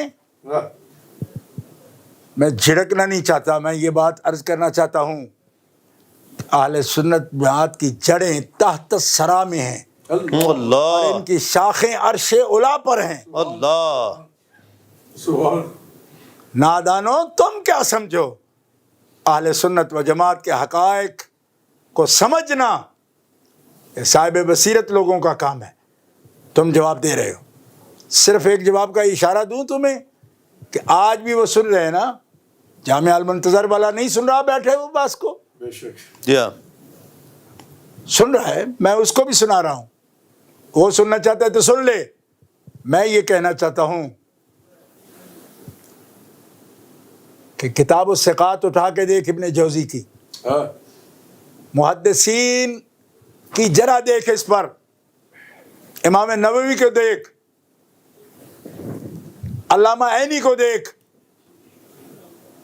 وہ فرما رہے ہیں کہ مدار بحث جس روایت پر ہو رہا ہے یہ صرف ابن شہاب زہری اس کے راوی ہیں. 4 طرق سے ابن شہاب سے 4 شاگرد روایت کرے ہیں. 3 کی روایت میں یہ الفاظ موجود ہی نہیں، جی ہاں. صرف ایک کی ہے. اور اگر آپ کو تو عربی پڑھائی گئی تھی بڑی خاص. اگر دیکھنے کا وقت نہیں، بیان زیادہ کرنے کا شوق آ گیا ہے تو کسی کو کہہ کے شیخ الاسلام والمسلمین حضرت خواجہ محمد قمر الدین سیالوی رحمۃ اللہ تعالی علیہ رحمتاً واسعہ کی کتاب مذہب شیعہ منگوا کے اس کے صفحہ نمبر 24 پر اس پر ذرا دیکھ، تمہیں سمجھ آ جائے گی کہ جواب کیسے دیا جاتا ہے. اللہ اللہ اللہ. آپ فرما رہے ہیں کہ یہ ساری بات جو صرف ایک طریقے سے آئی ہے، ابن شہاب کے 4 طرق میں سے ایک طریقے پر جو آئی ہے یہ بات، اس کے لیے ابن جوزی کی کتاب دیکھ، اس کے اندر لکھا ہے خود اس راوی کا بیان، کیونکہ مدار ہے وہاں. منتہا کون ہے اس سند میں؟ منتہا ابی العینہ ہے اور جاہز ہے، 2 راوی، دونوں راوی متروک ہیں. اللہ دونوں راوی متروک ہیں، سبحان جاہز بھی اور ابی العینہ بھی. یہ ابن جوزی کا باب دیکھ، اور دونوں اس بات کا اقرار کر رہے ہیں کہ یہ حدیث ہم نے گھڑی ہے. اللہ سیدہ نے جا کے مانگا ہی نہیں اللہ. اور اس پہ غضب فرمایا ہی نہیں، حجران کا مطلب ہی کوئی نہیں. اللہ. جواب تم کیا دے گو؟ غیروں سے کہا تم نے، غیروں سے سنا تم نے کچھ ہم سے کہا ہوتا، ہائے ہائے ہائے. کچھ ہم سے سنا ہوتا. سبحان سید جلال شاہ کے بیٹے نے کس دن مسئلہ بتانے کی ٹیوشنیں مانگی ہیں. ہائے ہائے ہائے ہائے. اے شمع تجھ پہ رات یہ بھاری ہے، جس طرح ہم نے تمام عمر گزاری ہے اس طرح. ہائے ہائے. کب کچھ مانگا کسی سے اولاد رسول نے؟ اس لیے کہ نہ رسول اجر مانگتا ہے، نہ اولاد رسول اجر مانگتی ہے. کس سے سیکھا آپ نے کہ آپ شیعوں کے جواب میں ایسی بات کہہ سکتے ہو؟ شیعوں کے لیے 10 جواب ہے میرے پاس. لاؤ جس شیعہ کو لاتے ہو میدان میں، تم بیٹھ کر دیکھ رہنا. ذوالفقار حیدری چمکے گی تو تمہیں سمجھ آ جائے گی کہ میں رافضیوں کے دانت کس طرح کھٹے کرتا ہوں. تمہارے ساتھ اللہ اللہ ناچنا جانے آنگن ٹیڑھا، اللہ. بات کرنی نہ آتی ہو تو کہ جی میں تو فلاں کے جواب میں کہہ رہا ہوں. فلاں کا باپ بھی آ جائے تو ہم سیدہ کے بارے میں یہ لفظ نہیں بول سکتے. ہائے ہائے ہائے. جواب ہم دیں گے اور اپنے اساتذہ کے قدموں کی برکت سے دیں گے. بے شک کوئی تعلی نہیں ہے اس بات پر. ہاں کہتے ہیں جی وہ تو ان کو غاصب کہتے ہیں، ظالم کہتے ہیں. تمہیں کیا معلوم ہے کہ شرح ناج البلاغہ ابن ابی الحدید میں اگر میں اپنے جد پاک امام سیدنا امام جعفر صادق کا یہ قول تیرے سامنے پیش کر دوں، شرح ناج البلاغہ ابن ابی الحدید میں پوچھا کیا اس بارے میں صدیق ظالم اور غاصب تھے؟ استغفر. امام جعفر صادق فرماتے ہیں نہ وہ ظالم تھے، اللہ نہ وہ اللہ. غاصب تھے، اللہ. وہ امام عادل تھے. بے شک. اس مسئلے میں بھی انہوں نے کوئی ظلم نہیں کیا. تو ظالم ان کو بننے سے بچانے کے لیے اپنی گھڑنت بناتا ہے. گھڑنت وہ بناتے ہیں جن کا جعفر صادق پیر نہیں ہوتا. ہائے ہائے ہائے ہائے. ہم تو نقشبندی بھی ہیں، اور تمہیں معلوم ہے کہ ہمارا شجرہ بغیر جعفر صادق کے نہ قادری مکمل ہوتا ہے، نہ نقشبندی مکمل ہوتا ہے، نہ چشتی کا مکمل ہوتا ہے، نہ سہروردی کا مکمل ہوتا ہے. بے شک بے شک. ان پیروں کے ہوتے ہوئے ہمیں گھڑنت کی کیا ضرورت ہے کہ اپنے بات سے ایک آرٹیفیشل بات لیں اور اس طرح پورے ملک کو آگ لگا دیں؟ بہت اچھا. اس کی ضرورت نہیں ہے. سخن شناس نائی دلبرا خطا اینجاس، خطا اینجاس نہ آجاس. اللہ تمہیں جہاں خطا نظر آتی ہے وہاں خطا نہیں ہے، خطا تیرے میں ہے. اللہ اللہ اللہ. اپنی خطا مان اور قوم کو اس کرونے کی وبا میں سکھ کا سانس لینے دے اور خود بھی سکھ کا سانس لے. ہاں اس لیے کہ یاد رکھ بغیر احساس کے ہم یہ بات نہیں کر رہے. خطا ہوئی تم سے ہوئی اور خطا کا مقام نہیں. اب تم فوراً اس بات پر آتے ہو کہ بولا جا سکتا ہے کہ نہیں. بولا جا سکتا کا سوال نہیں. آپ کسی شخص پر ہر امکان، ہر ممکن کے اندر تو موجود ہے نا، امکان موجود ہے، شرک کا بھی، کفر کا بھی امکان، معصیت کا بھی امکان ہوتا رہتا ہے، ٹھیک ہے، لیکن کیا امکان ہونے سے آپ سب وقوع مان لو گے کہ تم مشرک بھی ہو سکتے ہو، تم کافر ہو چکے ہو، یا تم یہ کر رہے ہو؟ تو کیا عجیب بات ہو رہی. اور اس کے لیے آپ نے جو عبارتیں گھڑی ہیں ہی نہیں کسی کتاب میں، اتنے بزرگوں کو آپ نے ملوث کرنے کی کوشش کی. کچھ خیال کرو خدا کے بندے. اب یہ دیکھو کہ جواب آپ نہ دو. ہاں، حضرت امام اعظم ابو حنیفہ نے اس وقت تک مسئلہ لکھنا شروع نہیں کیا جب تک استاد زندہ تھے، حماد ابن ابی سلیمان. اللہ اللہ اللہ تو آپ بھی انتظار کرو نا. واہ ہاں، اللہ. مر لینے تو سب کو، سارا بوجھ اٹھانا اپنے کندھوں پر، لیکن وقت سے پہلے بڑا بننے کی کوشش کرتا بندہ ٹھوکریں کھاتا ہے. بہت اچھی. ہاں، جواب اہل سنت و جماعت میں آپ کو تسلی دیتے ہوئے یہ بات کہہ رہا ہوں کہ کبھی گھبرانا نہیں کہ ایسی ہم اگر نئی باتیں کریں گے، نہ گفتنی نہیں کہیں گے تو بچا نہیں پائیں گے اہل سنت کو. اہل سنت کے ایک بچے نے بھی اگر یہ سوچا، سبحان عرفان مشہدی کے لیے مر جانے کا مقام ہے. سبحان. ہماری نسلوں نے اس پر پہرہ دیا ہے. اہل سنت، ہمارے پاس اس بات پر بحث کے لیے، خالصیوں سے بحث کے لیے ہمارے پاس ایک وسیع دلائل، سبحان. 10 طریقے سے تو میں اکیلا اس بات پر خالص شیعہ کے نقطۂ نظر پر میں مناظر کر سکتا ہوں. مناظرہ 5 گھنٹہ کے کر سکتا ہوں. آپ کیوں چکرا گئے؟ آپ کی استعداد میں نہیں آ رہی بات، استطاعت نہیں بن رہی اس پہ، تو آپ کی مصروفیت ہے. آپ نے لوڈ زیادہ لے لیا ہے. حوصلے میں ویری کول. اللہ. آپ تو ڈپریسڈ ہو رہے ہو. ڈپریشن نہیں، ڈونٹ وری. اللہ اللہ اللہ. سبحان. نو، داتا صاحب کے ہوتے، غوث پاک کے ہوتے، سبحان. اپنے بزرگوں کے ہوتے.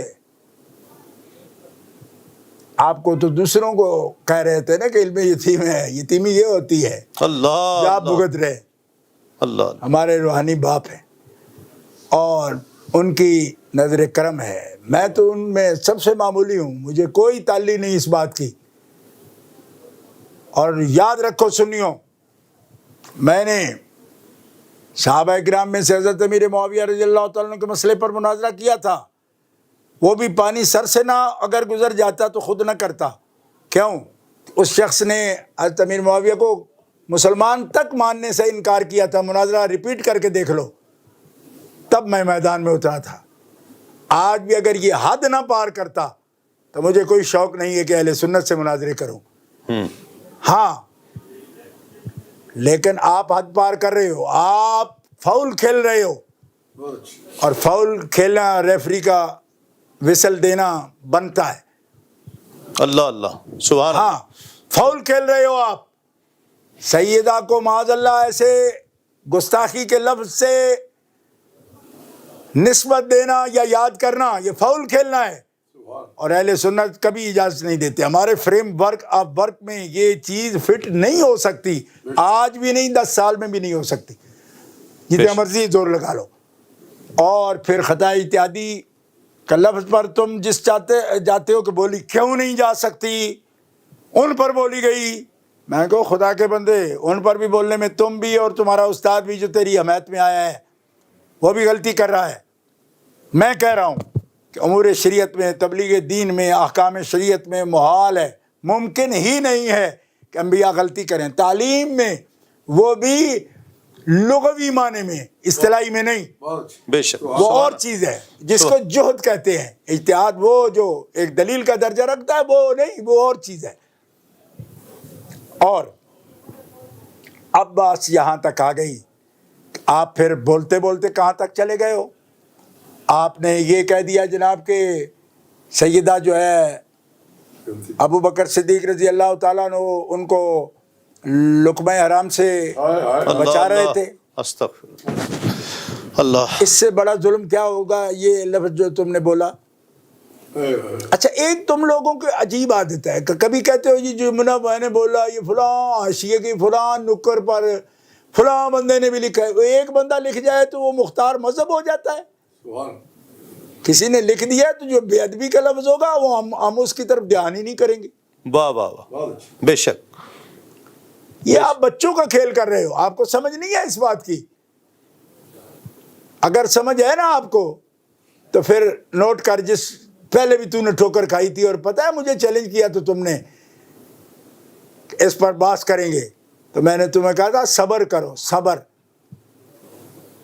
کہا تھا نا، وہی بے صبری اب بھی کر رہے ہو.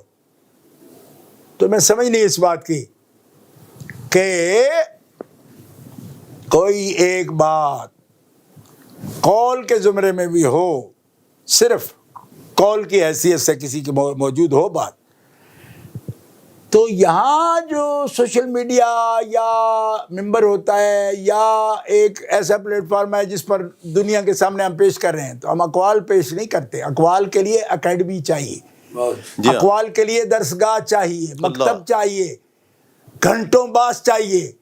حواشی رکھ کے آپ سپیکر پہ جب بھی آؤ، لاؤڈ اسپیکر پہ آؤ، سوشل میڈیا پہ آؤ تو مختار مذہب پیش کرو، قولے اٹھا کے نہ آ جاؤ. اللہ، یہ کیا کرتے ہو آپ کہ فلاں کتاب سے دکھا سکتا ہوں؟ کیا ہم دیکھیں گے ہی نہیں؟ ہمیں پتہ ہے کہ اقوال موجود ہوتے ہیں، واہ. لیکن اقوال پر فیصلے نہیں ہوتے، مختار مذہب پہ ہوتے ہیں. سبحان اللہ. ظاہر الروایہ پہ ہی فقہ حنفی کی بنیاد کیا قول ہے سبحان یا مبسوط ہے امام محمد بن حسن شیبانی کی؟ جی ہاں. مبسوط، زیادات، جامع صغیر، جامع کبیر، شعر کبیر، شعر صغیر، ظاہر الروایہ. تو مختار مذہب بھول گئے؟ قول ہے فلانی میں دکھا دوں گا. کیسے دکھاؤ گے؟ اور پھر دکھاؤ گے بھی ان کی کتابوں میں کہ جن کو یہ بھی نہیں ملا کہ داڑھی شریف قبضہ کی کوئی دلیل ہے کہ کوئی نہیں. نور حصی کی کوئی دلیل ہے؟ سرکار کے نور حصی کی دلیل ہے؟ کل تک مناظروں میں جنہوں نے پھندے ڈال دیے، سائی وال اور خانے وال کے مناظروں میں حال دیکھا اپنے مناظروں کا؟ ان کی دلیلیں اٹھا کر آؤ گے یہی حال ہوگا. ایسی باتیں نہیں کرتے. یہ کل کے اسکالر ہیں، اچھے ہیں، ہم ان کو برا نہیں کہنا چاہتے، لیکن یاد رکھو یہ خیر القرون کی بات ہے، قرن اول کی بات ہے، صحابہ کی بات ہے. ٹھیک ہے، ٹھیک ہے. قرآن پاک میں، حدیث پاک میں وہ بات اگر نہیں آتی تو آثار میں تو دکھاؤ کہ مولا علی شیر خدا ان کو کہہ رہے ہوں کہ ایسا نہیں بولنا چاہیے، یہ خطا ہے. حضرت ابو بکر صدیق بول رہے ہوں، حضرت عمر فاروق بول رہے ہوں، عشرہ مبشرین میں سے لوگ بول رہے ہوں، بدریوں میں سے بول رہے ہوں، بیعت رضوان والوں سے بول رہے ہوں. ہے یہ وہ بات ہوتی ہے نا کہ دعویٰ کرو تو چڑھ جاتے ہو مینار پاکستان پہ اور دلیل دینے کے وقت کنویں میں اتر جاتے ہو. اللہ اللہ. جو باتیں اتنی اونچی اونچی کرتے ہو تو دلیل بھی اونچی لاؤ نا. میں تو اس مسئلے میں ابھی پیر صاحب قبلہ رحمۃ اللہ علیہ کے حوالے سے بھی بات نہیں کرنا چاہتا تھا. کیوں؟ اس واسطے کہ پیر صاحب قبلہ جو بات کر رہے ہیں وہ بھی تو ابھی یعنی 150 سال بھی نہیں ہوا ان کو. بے شک. تو بات جب ہو رہی تھی جن کے سامنے ہو رہی تھی وہ کیوں خاموش ہیں؟ وہ ان کا لانا قول میرے سامنے، عشرہ مبشرین کے قول لا، اہل بیت اطہار کی دوسری شخصیات موجود ہیں ان کے قول لا میرے سامنے، عبداللہ ابن عباس کا قول لا نا، پھر پتہ چلے مجھے سبحان اللہ. کہ گل ہوندی پئی تے جوان آندی ہوندی پئی. جب بچپنے نہیں کرو. ہاں یہ ڈزنی لینڈ نہیں ہے، یہ تحقیق کی بات ہے. کوئی بچے کا کھیل کا مقام ہے؟ ایسی باتیں کرتے یہ وہ فلانے بزرگ جو پرسوں فوت ہوئے ہیں انہوں نے اپنی کتاب میں یہ لکھا ہے. میں نے کہا یہ ان کا زمانہ ہے، ان کے دور میں بات ہوئی تھی. 10ویں صدی. حوالے کا کیا مطلب ہے اس میں حوالے لاؤ. حضرت ابو بکر صدیق کا حوالہ لاؤ. ابو بکر صدیق کا دوں حوالہ آپ کو؟ اٹھاؤ بخاری، ارقبوا محمدن فی اہل بیتہ، محمد رسول اللہ کے اہل بیت میں سے محمد رسول اللہ کو دیکھو. اللہ، حسن و حسین کے چہرے میں نانا نظر آئیں گے تمہیں، یہ کہہ رہے ہیں ابو بکر صدیق، بخاری شریف میں لکھا ہے. سبحان اللہ. تو جس کو فاطمۃ الزہرا کے تقدس میں جلوہ رسول نظر آتا ہو وہ خطا نہیں بولتا. ہائے ہائے، یہ ہے گستاخی. سبحان اللہ. جسے سمجھ نہیں آتی وہ سمجھ لے. اور بے قید انبیاء کے بارے میں یہ کہنا کہ وہ خطائیں کرتے ہیں یا خطا ان سے ہوتی ہے، یہ کوئی استاد کہے یا شاگرد کہے، یہ کلمہ کفریہ ہے، اس لیے کہ دین سے امان اٹھے گی. خطائے اتحادی کی بات نہیں ہو رہی. کل پھر اس کا رٹا لگا دو نہیں ہم تو وہ جناب خطائے، میں بتا چکا ہوں کہ خطائے اتحادی کی نہیں، وہ تعلیمی دور ہے، تشریعی دور نہیں، وہ ان کا تبلیغ کا دور نہیں، امور نبوت کی بات نہیں، احکام شریعت کی بات نہیں. اور خاص کر جو مثال تو لا رہا ہے نا، لا تقربا هذه الشجرہ، وہ تو ابھی امت جو ہے وہ وجود میں ہی نہیں آئی، وہ جنت میں ہے، ابھی آئیں گے زمین پہ. یہ لوگ پیدا ہو گئے تو جب وہ احکام سنا ہی نہیں رہے تو تم بات کس کی کر رہے ہو؟ اللہ ہے دلیل ایسی نہیں ہوتی، کہیں کی اینٹ کہیں کا روڑا، بھان متی نے کنبا جوڑا. یہ دلیل کوئی ادھر سے پکڑ کے آدھا لفظ آدھا ادھر سے پکڑ کے تو اس کو آپ دلیل بنا رہے ہو. میں جو کہہ رہا ہوں کہ تعلیمی زندگی کی بات اور ہے. ہاں اسی لیے تو ہم شیعہ کو منع کرتے ہیں کہ صحابہ کا بھی ایک تعلیمی دور ہے، اس میں کئی ایسی باتیں ہوتی ہیں وہ اس کو پکڑ کر بیان کرنا شروع ہو جاتے ہیں. وہ جی ان کو کھڑے چھوڑ کے وہ تو تجارت میں چلے جاتے تھے. میں نے کہا جب وہ سیکھ چکے، امتحان اللہ قلوبہم للتقوی لہم مغفرۃ واجر عظیم، یہاں کوئی کمزوری ہے تو اب بتا. رہ گیا ان کا سیکھنے کا دور، تو پہلے دن آ کے کوئی ابو بکر صدیق نہیں بن جاتا. آج سمجھنا، اللہ سیکھنے کا دور ہے. سبحان اللہ. اور انبیاء یہاں زمانے کے استادوں سے نہیں سیکھتے، لیکن انبیاء سیکھتے ہیں اپنے رب سے. اور ان کی تعلیمی، ان کی کلاس میں رب ان کو جو کہے اسی مقام پر اس کا معنی ہوتا ہے. ہم دنیا میں اس کا معنی کر ہی نہیں سکتے. شاہ جی آپ نے تو جو میں سوال جو نوٹ کر کے آیا تھا وہ بھی، اور جو میرے ذہن میں بھی نہیں آ سکتے، آپ نے ان سوالوں کے بھی جواب عنایت فرما دیے ہیں. لیکن دو تین چھوٹی چھوٹی چیزیں میں پوچھنا چاہتا ہوں. ایک تو وہ خاص طور پر وہاں سے کہا جا رہا ہے کہ جی مفتیان کرام حکم لگائیں، علماء کرام حکم لگائیں. حکم کیوں نہیں لگاتے؟ حکم کوئی لگتا ہی نہیں ہے تو حکم کیا لگائیں گے؟ یہ جو باتیں کی جا رہی ہیں آپ کیا فرماتے ہیں؟ کوئی حکم لگائیں گے اس پر؟ جی صابری صاحب، گزارش یہ ہے کہ ایک تو جو آپ نے فرمایا نا، بنیادی طور پر ہم لوگ تھوڑا بہت ٹیچنگ کرتے رہے. جی. جو ٹیچر ہوتا ہے نا، جی. وہ سوال کسی کو موقع نہیں دیتا کرنے کا. وہ دفع دخل مقدر ایک چیز ہوتی ہے جی جی. جو خفیہ سوال بن سکتا ہے بچوں کے ذہن میں، وہ بھی آ جاتا ہے، اس کو بھی وہ مطلب کور کرتا ہے، وہ بھی انٹرٹین ہو جاتا ہے.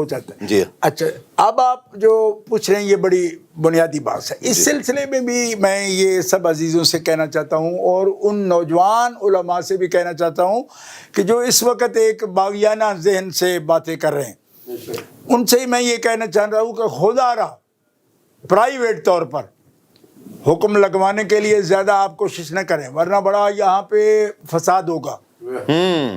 حکم گستاخ جب کہہ رہے ہیں تو آپ خود سمجھ رہے ہیں کہ گستاخی کے پر حکم لگانا ہمارے لیے کیا مشکل ہے. اللہ. لیکن کچھ تو خون نہیں چاہیے، فساد نہیں چاہیے. بات کو سمجھو. اگر مقننہ قوت نافذہ حکم پوچھے گی نا تو حکم بتانے میں آدھا منٹ بھی نہیں لگے. ہائے ہائے ہائے، اللہ اللہ. میں پہلے بھی سمجھتا ہوں کہ آپ نے قوم کو فساد میں جھونکا، قوم کے بچوں کو مروایا آپ نے.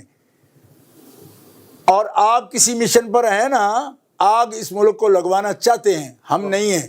اللہ. میرے باپ فرمایا کرتے تھے کہ ہم سید ہیں، اور سید تو جہاں آگ جل رہی ہو وہاں قدم رکھے تو اسے گلزار بناتا ہے. آگ لگانے والے نہیں، آگ بجھانے والے لوگ ہیں. اس لیے میں یہ کہتا ہوں کہ اس کو کمزوری کب سمجھو. اگر کچھ سمجھ سکتے ہو، تدبر سے خالی نہیں ہو گیا دماغ، تو جب اس کو گستاخی ہم کہہ رہے ہیں تو اس میں حکم لگانے میں دیر ہی کیا ہے.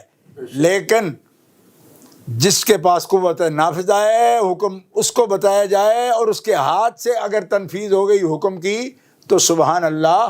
اور اس سے حالات، ملک بھی فساد سے بچے گا اور مسئلے کا بھی حل ہو جائے گا، اور پھوڑا جو ہے نا اس کی سرجری بھی ہو جائے گی. اللہ اکبر، اللہ اکبر. اچھا حضور، آپ کے بھی ساری عمر مناظروں میں گزری ہے، ہم نے دیکھے، اور یہ فدق کے بھی سوالات آپ سے درجنوں بار ہوئے، اور رات میں وہ بڑا سرچ کرتا رہا.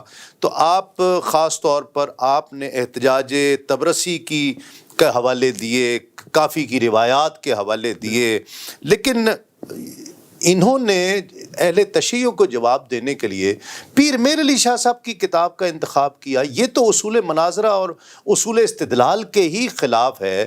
کہ مطلب یہ آپ اس کو کم علمی میں تو نہیں کہہ سکتا, کوئی کم علمی ہے یا کوئی ایجنڈا ہے جس کی وجہ سے پیر میر علی شاہ صاحب کا حوالہ دیا. ایک بات.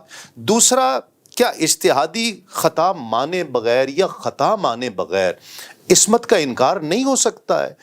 ہم معصومہ نہیں مانتے سیدہ کائنات کو, ہم محفوظہ مانتے ہیں. صابری صاحب, آپ معصومہ شرعی کا لفظ ضرور بولیں. ٹھیک. ویسے میں ایک بات آپ کو عرض کرتا ہوں, یہ بچے ہیں اور بے احتیاط باتیں کر رہے ہیں. فقہ کی سب کتابوں میں لکھا ہے کہ آپ کا مال بھی معصوم ہے, جی, آپ کی جان بھی معصوم ہے, یہ امت معصوم ہے, امت من حیث الجماعت معصوم ہے. جی, اس کی شہادت قبول ہی تو اسی لیے ہے. جی, وَكَذَلِكَ جَعَلْنَاكُمْ أُمَّةً وَسَطًا لِتَكُونُوا شُهَدَاءَ عَلَى النَّاسِ وَيَكُونَ الرَّسُولُ عَلَيْكُمْ شَهِيدًا کی تقریر ہی یہ ہے. جی ہاں, معصوم الدم ہے ہر بندہ. جی, یہاں معصوم کا فقہ میں احکام السلطانیہ سب کے اٹھا کر دیکھ لیجئے, دیات کا مسئلہ اٹھا کر دیکھ لیجئے, جی, قتل خطا و قتل عمد کی تعریف اٹھا کر دیکھ لیجئے, قرآن پاک میں بھی یہ تمام مقامات میں جس آدمی کے خون جی, کی حفاظت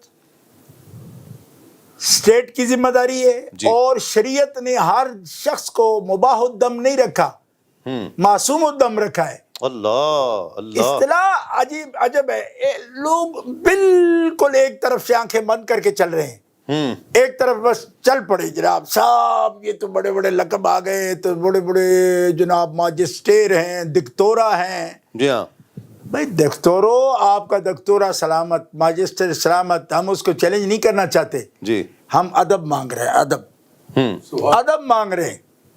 ڈگریوں میں نجات نہیں, نجات ادب میں, ادب میں.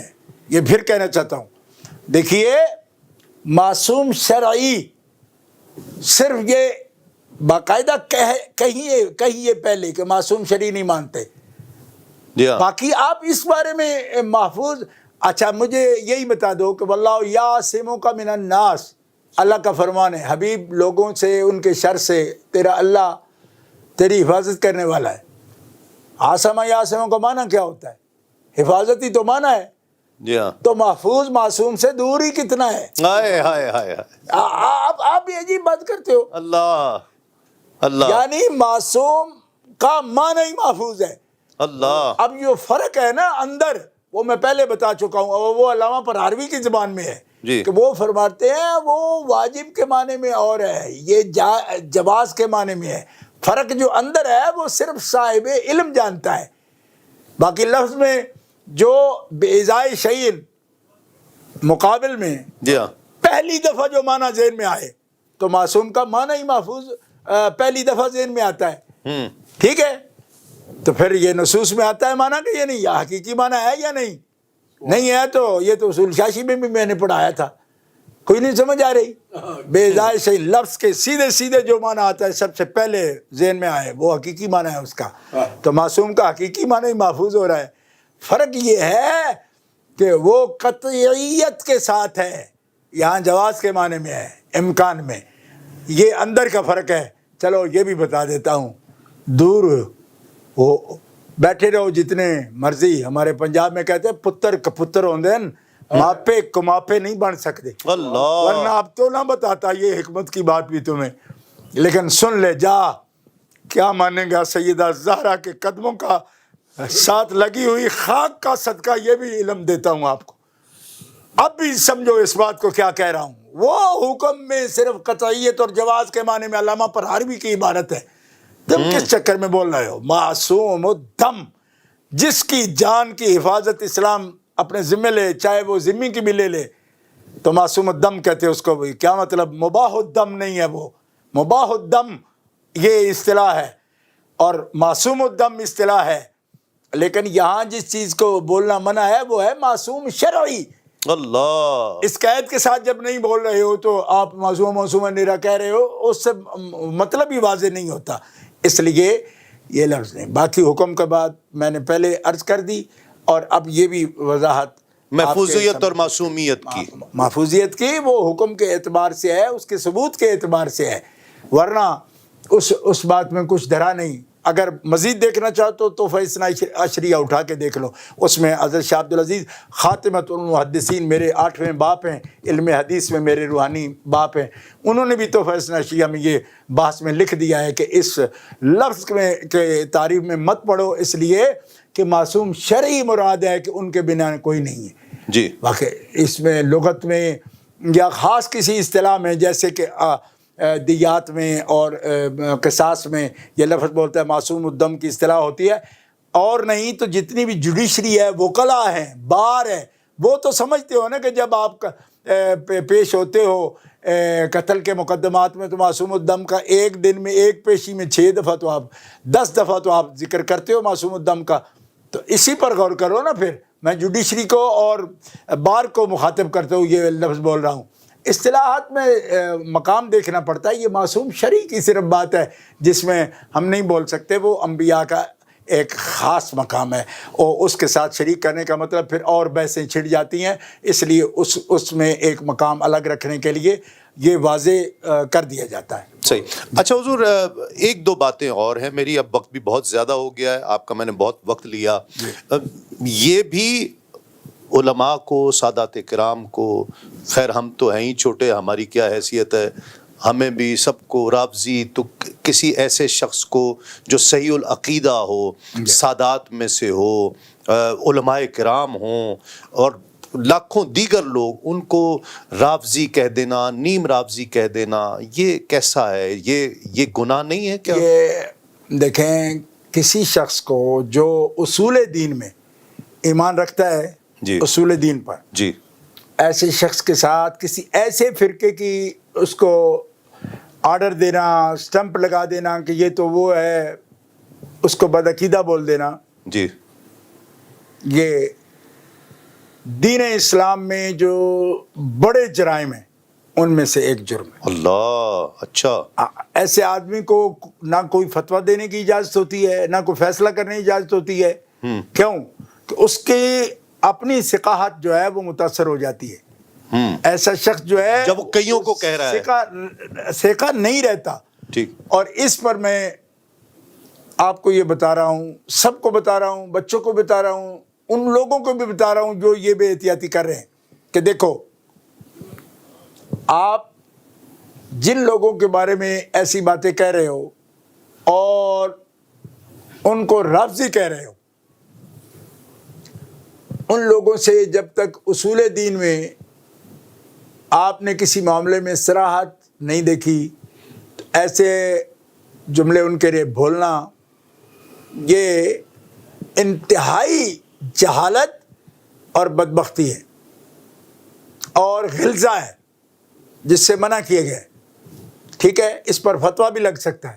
میں آپ کو ابھی بتا رہا ہوں، ایسے مفتی پر فتویٰ لگتا ہے کہ جو لوگوں کو دائرہ اسلام سے ایسے ہی نکال رہا ہے اور دھکیل رہا ہے ان کو بدعقیدگی میں.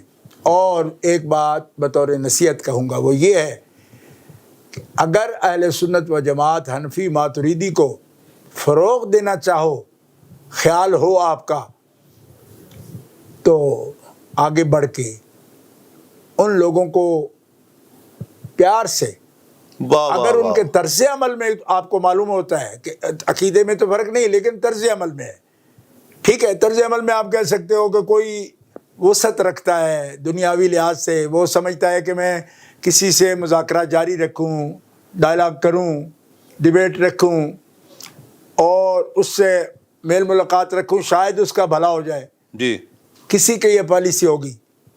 ٹھیک ہے، ایسے بندے کو بھی اگر آپ سمجھانا چاہو گے تو تشدد سے کوئی بھی نہیں سمجھے گا. اللہ اللہ اللہ. اس لیے کہ لوگ ماؤں نے آزاد جنے، غلام پیدا نہیں ہوئے آپ کے، اور نہ ہی آپ کی ہستی ہے کہ لوگوں کو غلام بنانے کی کوشش کرو اور ان کے سر پہ سوار ہو جاؤ. سمجھ آ رہی ہے تمہیں؟ اس لیے کہ کسی کے سر پر ہاتھ رکھنا چاہو نا تو پہلے اس کے پاؤں پہ ہاتھ لگاؤ. اللہ اللہ. وہ جب سمجھ آ جائے گی نا کہ اس کے نیت شاید میرے سر کو کچلنا نہیں ہے بلکہ سر کی مالش کرنا مقصد ہے، تو اجازت دے گا. لیکن اس کے لیے سر پر ہاتھ پہلے نہیں رکھتے، پہلے پاؤں پہ رکھتے ہیں تاکہ اگلے کو اعتبار ہو یہ میرا ہمدرد ہے. تو سب لوگ سمجھ جاؤ کہ تشدد سے کچھ ہوتا نہیں، جی ہاں، افتراق سے نہیں. اسی لیے میں نے کانفرنسوں میں تم لوگوں کو بلانا چھوڑا تھا کہ تم تشدد کرتے تھے، اور اسی کانفرنس میں تقریر کرتے ہوئے میں نے کہا کہ ہمیں کسائی کا ٹوکا نہیں چاہیے، بابا فرید کی سوئی چاہیے. ہائے ہائے ہائے ہائے، سبحان اللہ، جو سبحان اللہ. اگر زخم لخت بھی ہوں سینے تو جوڑ دے، سی دے. واہ تو سینے والے کی ضرورت ہے، اور اس کے لیے کیا چاہیے؟ پیار چاہیے، پیار، واہ محبت چاہیے، امت سے ہمدردی ہو، اخلاص ہو، اس میں کوئی دکھاوا نہ ہو، ریا نمود نہ ہو، ریٹنگ نہ ہو. جی ہاں، تو تب جا کے یہ کام ہوتے ہیں، اور جن سے ہوتے ہیں نا وہ پھر سپوت ہوتے ہیں. اب جس انداز سے ہر چیز کی بڑی وضاحت کے ساتھ اور بڑے اعلیٰ استدلال کے ساتھ اور صراحت کے ساتھ آپ نے فرما دیا، یہ میں ناظرین کی توجہ چاہتا ہوں. آخری جو میرا سوال ہے، گزشتہ جو سٹنگ تھی جس میں قبلہ شاہ صاحب نے گفتگو فرمائی، اور وہ تقریباً 19-20 منٹ کی گفتگو جو ہے وہ تمام دنیا تک پہنچی ہے، اس میں ایک بڑا خاص جملہ جو شاہ صاحب قبلہ نے فرمایا، اور ویسے تو تمام باتیں ہی وہ رلا دینے والی تھیں. میں خود بھی جب گھر پر بیٹھا سن رہا تھا تو میں خود بھی آنسوؤں میں سن رہا، اور میں نے کئی بار سنی. قبلہ شاہ صاحب نے ایک نبض پر ہاتھ رکھا جو وقت کی بہت بڑی ضرورت ہے، کہ جب آپ توازن کو بگاڑنے کی کوشش کریں گے تو جن راستوں کو آپ روکنے کی کوشش کر رہے ہیں ان کو روک نہیں پائیں گے، رافضیت بھی پھیلے گی، ناسبیت بھی پھیلے گی. یہ میرے اس ہاتھ میں یہ ایک کاغذ ہے جو حضور پیر سیدنا میر علی شاہ صاحب رحمۃ اللہ علیہ کی کتاب جس پر بات ہو رہی ہے، تصفیہ مابین سنی و شیعہ، اس کی وجہ تالیف ہے. اور میں نوجوانوں کو بتانا چاہتا ہوں کہ وجہ تالیف وہ ہوتی ہے کہ جو کتاب لکھنے کی وجہ ہوتی ہے کہ کتاب کیوں لکھی گئی. ایک عبارت میں ان نوجوانوں کو پڑھ کر سنانا چاہ رہا ہوں، پھر میں شاہ صاحب سے اس حوالے سے کامنٹ لوں گا، اور یہی میرا آج کا آخری سوال ہے. وجہ تالیف جس کو کہا جا رہا ہے کہ ہم اس کو اب آئندہ، جلالی صاحب کی جانب سے بھی کہا جا رہا ہے کہ اس کو ہم آئندہ پڑھائیں گے، اپنے یہاں مدرسوں میں اس کتاب کو باقاعدہ پڑھایا جائے گا، تو اس کی وجہ تالیف بھی ہم سب کو پڑھنی چاہیے، اور ہمیں جاننا چاہیے کہ کتاب پیر سیدنا میر علی شاہ صاحب رحمۃ اللہ علیہ نے کیوں لکھی تھی. آپ فرماتے ہیں تخالف مذہبی مابین سنی و شیعہ کوئی نیا اختلاف نہیں ہے جسے رفع کرنے کے لیے طالبان حق موجودہ زمانے کے علماء سے التجا کریں. اس سے پہلے بھی یہ اختلافات ہوتے رہے ہیں، اور علماء کرام اس اہم موضوع پر نہایت شائستہ انداز میں اظہار خیال فرماتے آئے ہیں.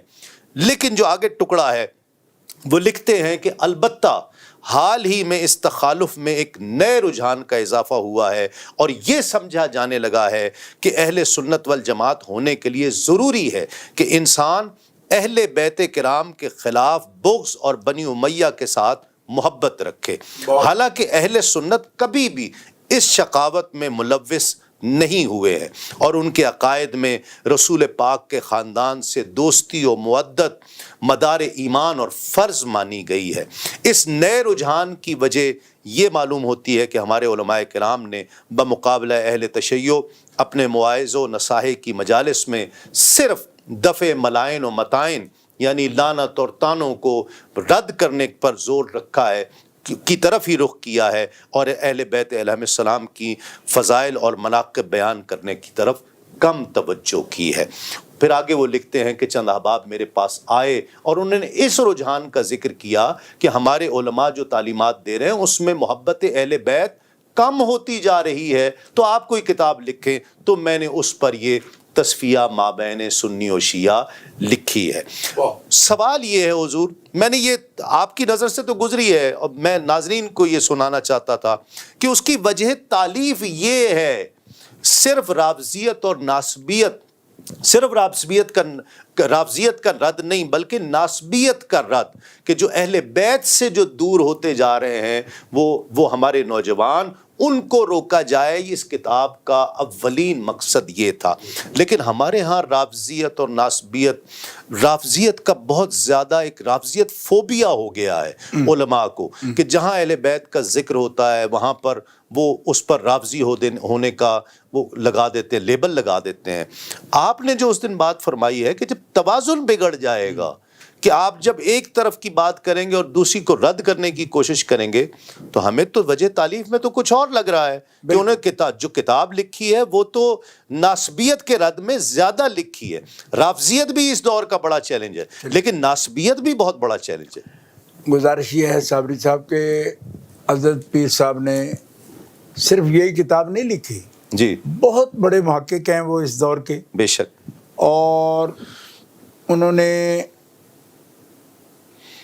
یہ جو کتب تصنیف فرمائی ہیں اس کے اندر ان کا معیار بہت ہی جداگانہ اور تحقیق کا ایک بلند معیار آپ نے قائم کیا ہے۔ جی ہر ایک بدعقیدہ، چاہے وہ انکار ختم نبوت کی بات ہو، بے شک، انکار مقام اہل بیت کی بات ہو، یا انکار صحابہ کی بات ہو، بے شک، ہر موضوع پر، حتیٰ کہ تقدیس شان الوہیت کے لیے بھی آپ نے بڑی تحقیقی کتاب لکھی ہے۔ جی جی حضرت شاہ عبد الرحمن مانا میاں جو لکھنؤ سے تعلق رکھتے ہیں، جی جی، ان کی کتاب کے جواب میں بھی حضرت نے یہاں سے لکھی ہے، حالانکہ اتنی دور ہے۔ جو لکھنؤ کے مجتہد کہلاتے تھے وہ جو آئے تھے، نہیں وہ نہیں، یہ ایک صوفی ہے، اچھا اچھا وحدت الوجود پر کتاب، اچھا اچھا، ٹھیک ٹھیک اس کا یہ خاص ایک الگ موضوع ہے۔ ٹھیک ہے۔ آپ چونکہ حضرت جو قبلہ اعلیٰ حضرت گولڑوی سرکار ہیں، وہ خود وحدت الوجود کے نظریے کے قائل ہیں، جی چشتی نظامی ہیں، جی ہاں، آپ جانتے ہیں، لیکن اس میں جو اصلاح کی ضرورت تھی وہ اتنے بلند معیار سے فرمائی ہے کہ دنیا جس کو صاحب نظر کو اگر وہ اس کے مطالعہ کا ذوق نصیب ہو جائے تو ایک الگ جہان میں وہ پہنچ جاتا ہے۔ اچھا، انہوں نے جو کچھ لکھا تصفیہ شریف میں، تصفیہ شریف میں لکھا، پورے دم سے لکھا، جی اپنے معیار پر لکھا، جی، اور جو اہداف ہیں اس کے اوپر آپ نے مکمل طور پر پوری عبارات میں واضح کر دیا، احکام کو، صورتحال کو واضح کیا، اللہ نے ان کو ملکہ عطا فرمایا۔ بے شک، بے شک۔ اب یہ ہے کہ یہ جو تجزیہ حضرت نے فرمایا، وجہ تالیف جو ہے، وجہ تالیف کے اندر یہ تجزیہ فرما دیا کہ لوگ جو ہے اہل بیت اطہار کے ذکر میں کمی کر رہے ہیں، ان میں کمی کر رہے ہیں، یا ان سے کما حق بیان ہو نہیں پا رہا۔ جی، مطلب رغبت ہوگی تو بیان ہوگا نا۔ واہ واہ واہ، اس کیا میں بات، سبحان ایک جملہ میں سبحان اپنے والد گرامی کا آپ کو، بلکہ صرف جملہ نہیں، ان کا عمل مبارک پیش کرتا ہوں جی، سبحان، کہ جس بھی محفل میں علاقہ تھا، ہر قسم کے لوگ نظریات کے، ظاہر ہے کہ علاقے میں موجود ہوتے ہیں، کھلا اوپن علاقہ ہے پنجاب کا، تو حضرت خود تشریف فرما ہوتے، علماء کی ایک کثیر جماعت، شاگردوں کی بھی اور ہماسر لوگوں کی بھی موجود ہوتی، تو آپ موضوعات جب تقسیم فرماتے تو جتنے لوگ سید نہیں ہوتے مبلغ، یعنی قومی اعتبار سے سادات میں سے نہیں ہوتے، جی، ان کے لیے آپ یہ ڈیوٹی کرتے کہ آپ سب اپنے موضوعات میں یا تو کلی طور پر یا کچھ وقت جیسا ماحول ہوتا، جیسی ضرورت ہوتی، جی، آپ اہل بیت اطہار کے فضائل بیان کریں گے۔ جی ہاں، جتنے علماء میں سید ہوتے، تو ہم تو ان کے بیٹے تھے، سید بھی تھے، جی، ہمیں فرماتے کہ آپ صحابہ کرام کے فضائل بیان کریں۔ اللہ اللہ، کیا حکمت ہے، یہ تقسیم فرماتے، کیا حکمت ہے، واہ واہ واہ، فرماتے کہ جتنے لوگ غیر سادات عالم ہیں اور اس وقت میرے ساتھ ہیں، جی ہاں، آپ نے سیاد سادہ سید اہل بیت اطہار کی فضائل بیان کرنے ہیں۔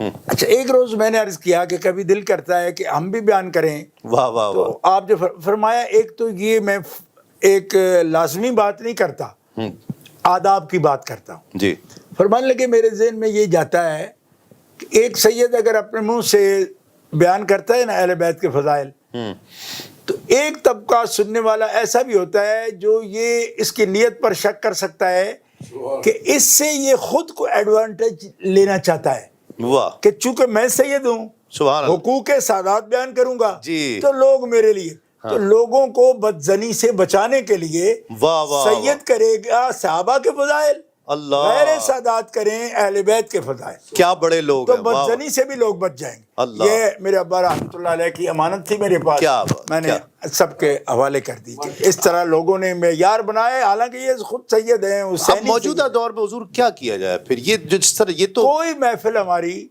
ایسی نہیں ہونی چاہیے کہ جس میں دیکھیں ارد گرد جب فتنہ ہے جی ہاں تو ضروری نہیں کہ مبتلا ہوں تو علاج کریں، جی، احتیاط کے طور پر ہی ہر محفل میں ہمیں اندیشے کے پیش نظر بھی پیش نظر بھی ہمیں پوری، دیکھیں ہمارے پیر حضرت مجد الفسانی سلسلہ نقشبندیہ کے سب اہل سنت ان کا ادب کرتے ہیں، احترام کرتے ہیں۔ آپ نے اپنے مکتوبات میں یہ فرمایا کہ سنی ہونے کی شرط یہ ہے کہ خانوادہ نبوت سے اہل بیت اطہار سے محبت کامل رکھو، بے شک، اور سنی ہونے کی یہ شرط ہے کہ نبی علیہ السلام کے صحابہ کی عزت کرو۔ بے شک، بے شک، ٹھیک ہے جی، بے شک، اکرام صحابہ اور محبت اہل بیت یہ بنیادی شرط ہے، وہ سنی ہی نہیں بے شک، جو محبت اہل بیت میں کامل نہیں اور جو اکرام صحابہ میں کامل نہیں۔ بے شک، بے شک، ہمارے اکابر کو کوئی اس بارے میں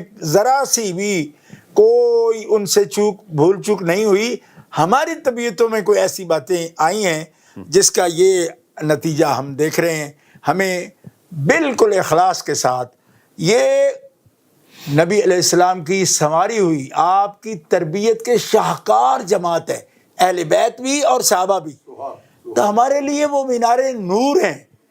ہمیں یہ فرق ڈال کے کیا حاصل کرنا ہے؟ ہم تو محروم ہو جائیں گے۔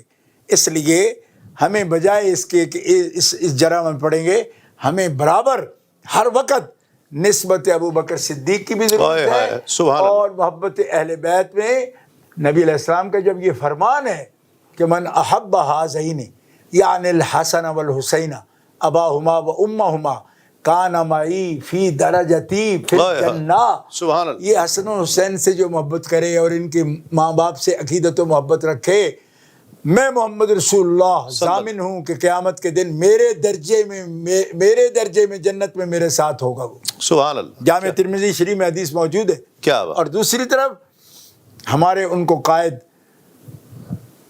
اقتدوا بالذین من بعدی ابی بکر و عمر، میرے بعد اقتدا کرنا ابو بکر و عمر کی، اور ابو بکر کے ہوتے عمر کی بھی نہ کرنا۔ اللہ، یہ باقاعدہ آپ نے فرمایا۔ اللہ، یہ ڈسپلن ہے پیارے مصطفیٰ کا، یہ سسٹم ہے جو دے کر گئے ہمیں۔ بے شک، ہمیں یہ سسٹم اپنی جانوں سے بھی پیارا ہے۔ بے شک، بے ہم شک، کوئی کمی کسی کے حق میں نہیں کرنے چاہتے۔ کیوں کمی تب کریں جب ہماری ضرورت نہ ہو، وہ ہماری ایمان کی ضرورت ہے، ہمارے ایقان کی ضرورت ہے، ہمارے رہبر ہیں وہ، اور ہم ان پر درود و سلام پڑھنے والے لوگ ہیں، اور ان کی محبتوں کے سائے میں اپنی زندگی بتانے والے لوگ ہیں۔ اہل سنت کا امتیاز ہی یہ ہے۔ اس لیے ہمیں قطعاً اس روش پر کہ جس میں یک طرفہ ذکر کر کے دوسری طرف پھر ہم باؤنڈری کراس کریں، یہ فتنہ ہی فتنہ ہے، اس میں اہل سنت کے لیے کوئی، اہل سنت کے لیے بھلائی نہیں۔ اہل سنت و جماعت ہمیشہ دونوں کی محبت کے اور عقیدت کے ساتھ اپنی زندگی کا سفر طے کریں۔ جیسے اعلیٰ حضرت فرمایا اہل سنت کا ہے بیڑا پار اصحاب حضور، نجم ہیں اور ناؤ ہے اطرت رسول اللہ۔ سبحان اللہ، سبحان اللہ۔ یقیناً یہ اہل سنت کا شعار ہے کہ سیدنا صدیق اکبر، سیدنا فاروق اعظم، سیدنا عثمان غنی رضی اللہ تعالیٰ عنہ اور تمام صحابہ کرام کی عزت، ان کی تکریم اور اہل بیت اطہار سے کامل محبت، یہی ایک سنی کا شعار ہونا چاہیے، یہی ایک انداز ہونا چاہیے، اور یہی وہ انداز ہے کہ جو اتحاد کی طرف لے کر آتا ہے، محبت کی طرف لے کر آتا ہے۔ آج جتنی بھی گفتگو ہوئی یہ قابل غور ہے کہ یہ انتشار پھیلانے کے لیے نہیں بلکہ انتشار سے اس امت کو بچانے کے لیے ہوئی ہے۔ آج کی نشست خیر کے لیے ہوئی ہے، بھلائی کے لیے ہوئی ہے۔ آج کی نشست کا اہتمام، یہ جتنی شاہ صاحب نے کرم نوازی فرمائی، قبلہ پیر صاحب نے کرم نوازی فرمائی، یہ ساری گفتگو اس امت کو اس افتراق سے نکالنے کے لیے کی گئی۔ ہم پر جو الزامات لگائے جاتے ہیں کہ ہم اس بات کو شاید بہت پرولونگ کر رہے ہیں یا اس بات کو بہت زیادہ پھیلا رہے ہیں یا انتشار یا فتنہ اور فساد بپا کر رہے ہیں، نہیں، آج کی گفتگو سے یہ بات ایک باشعور انسان کے لیے اس بات کا اندازہ لگانا یقیناً مشکل نہیں ہوگا کہ آج کی گفتگو سے یہ ثابت ہوتا ہے کہ انتشار پھیلانے کے لیے نہیں بلکہ انتشار سے اس امت اور قوم کو بچانے کے لیے، کہ ہماری قوم، ہمارا ملک، ہمارا یہ پیارا وطن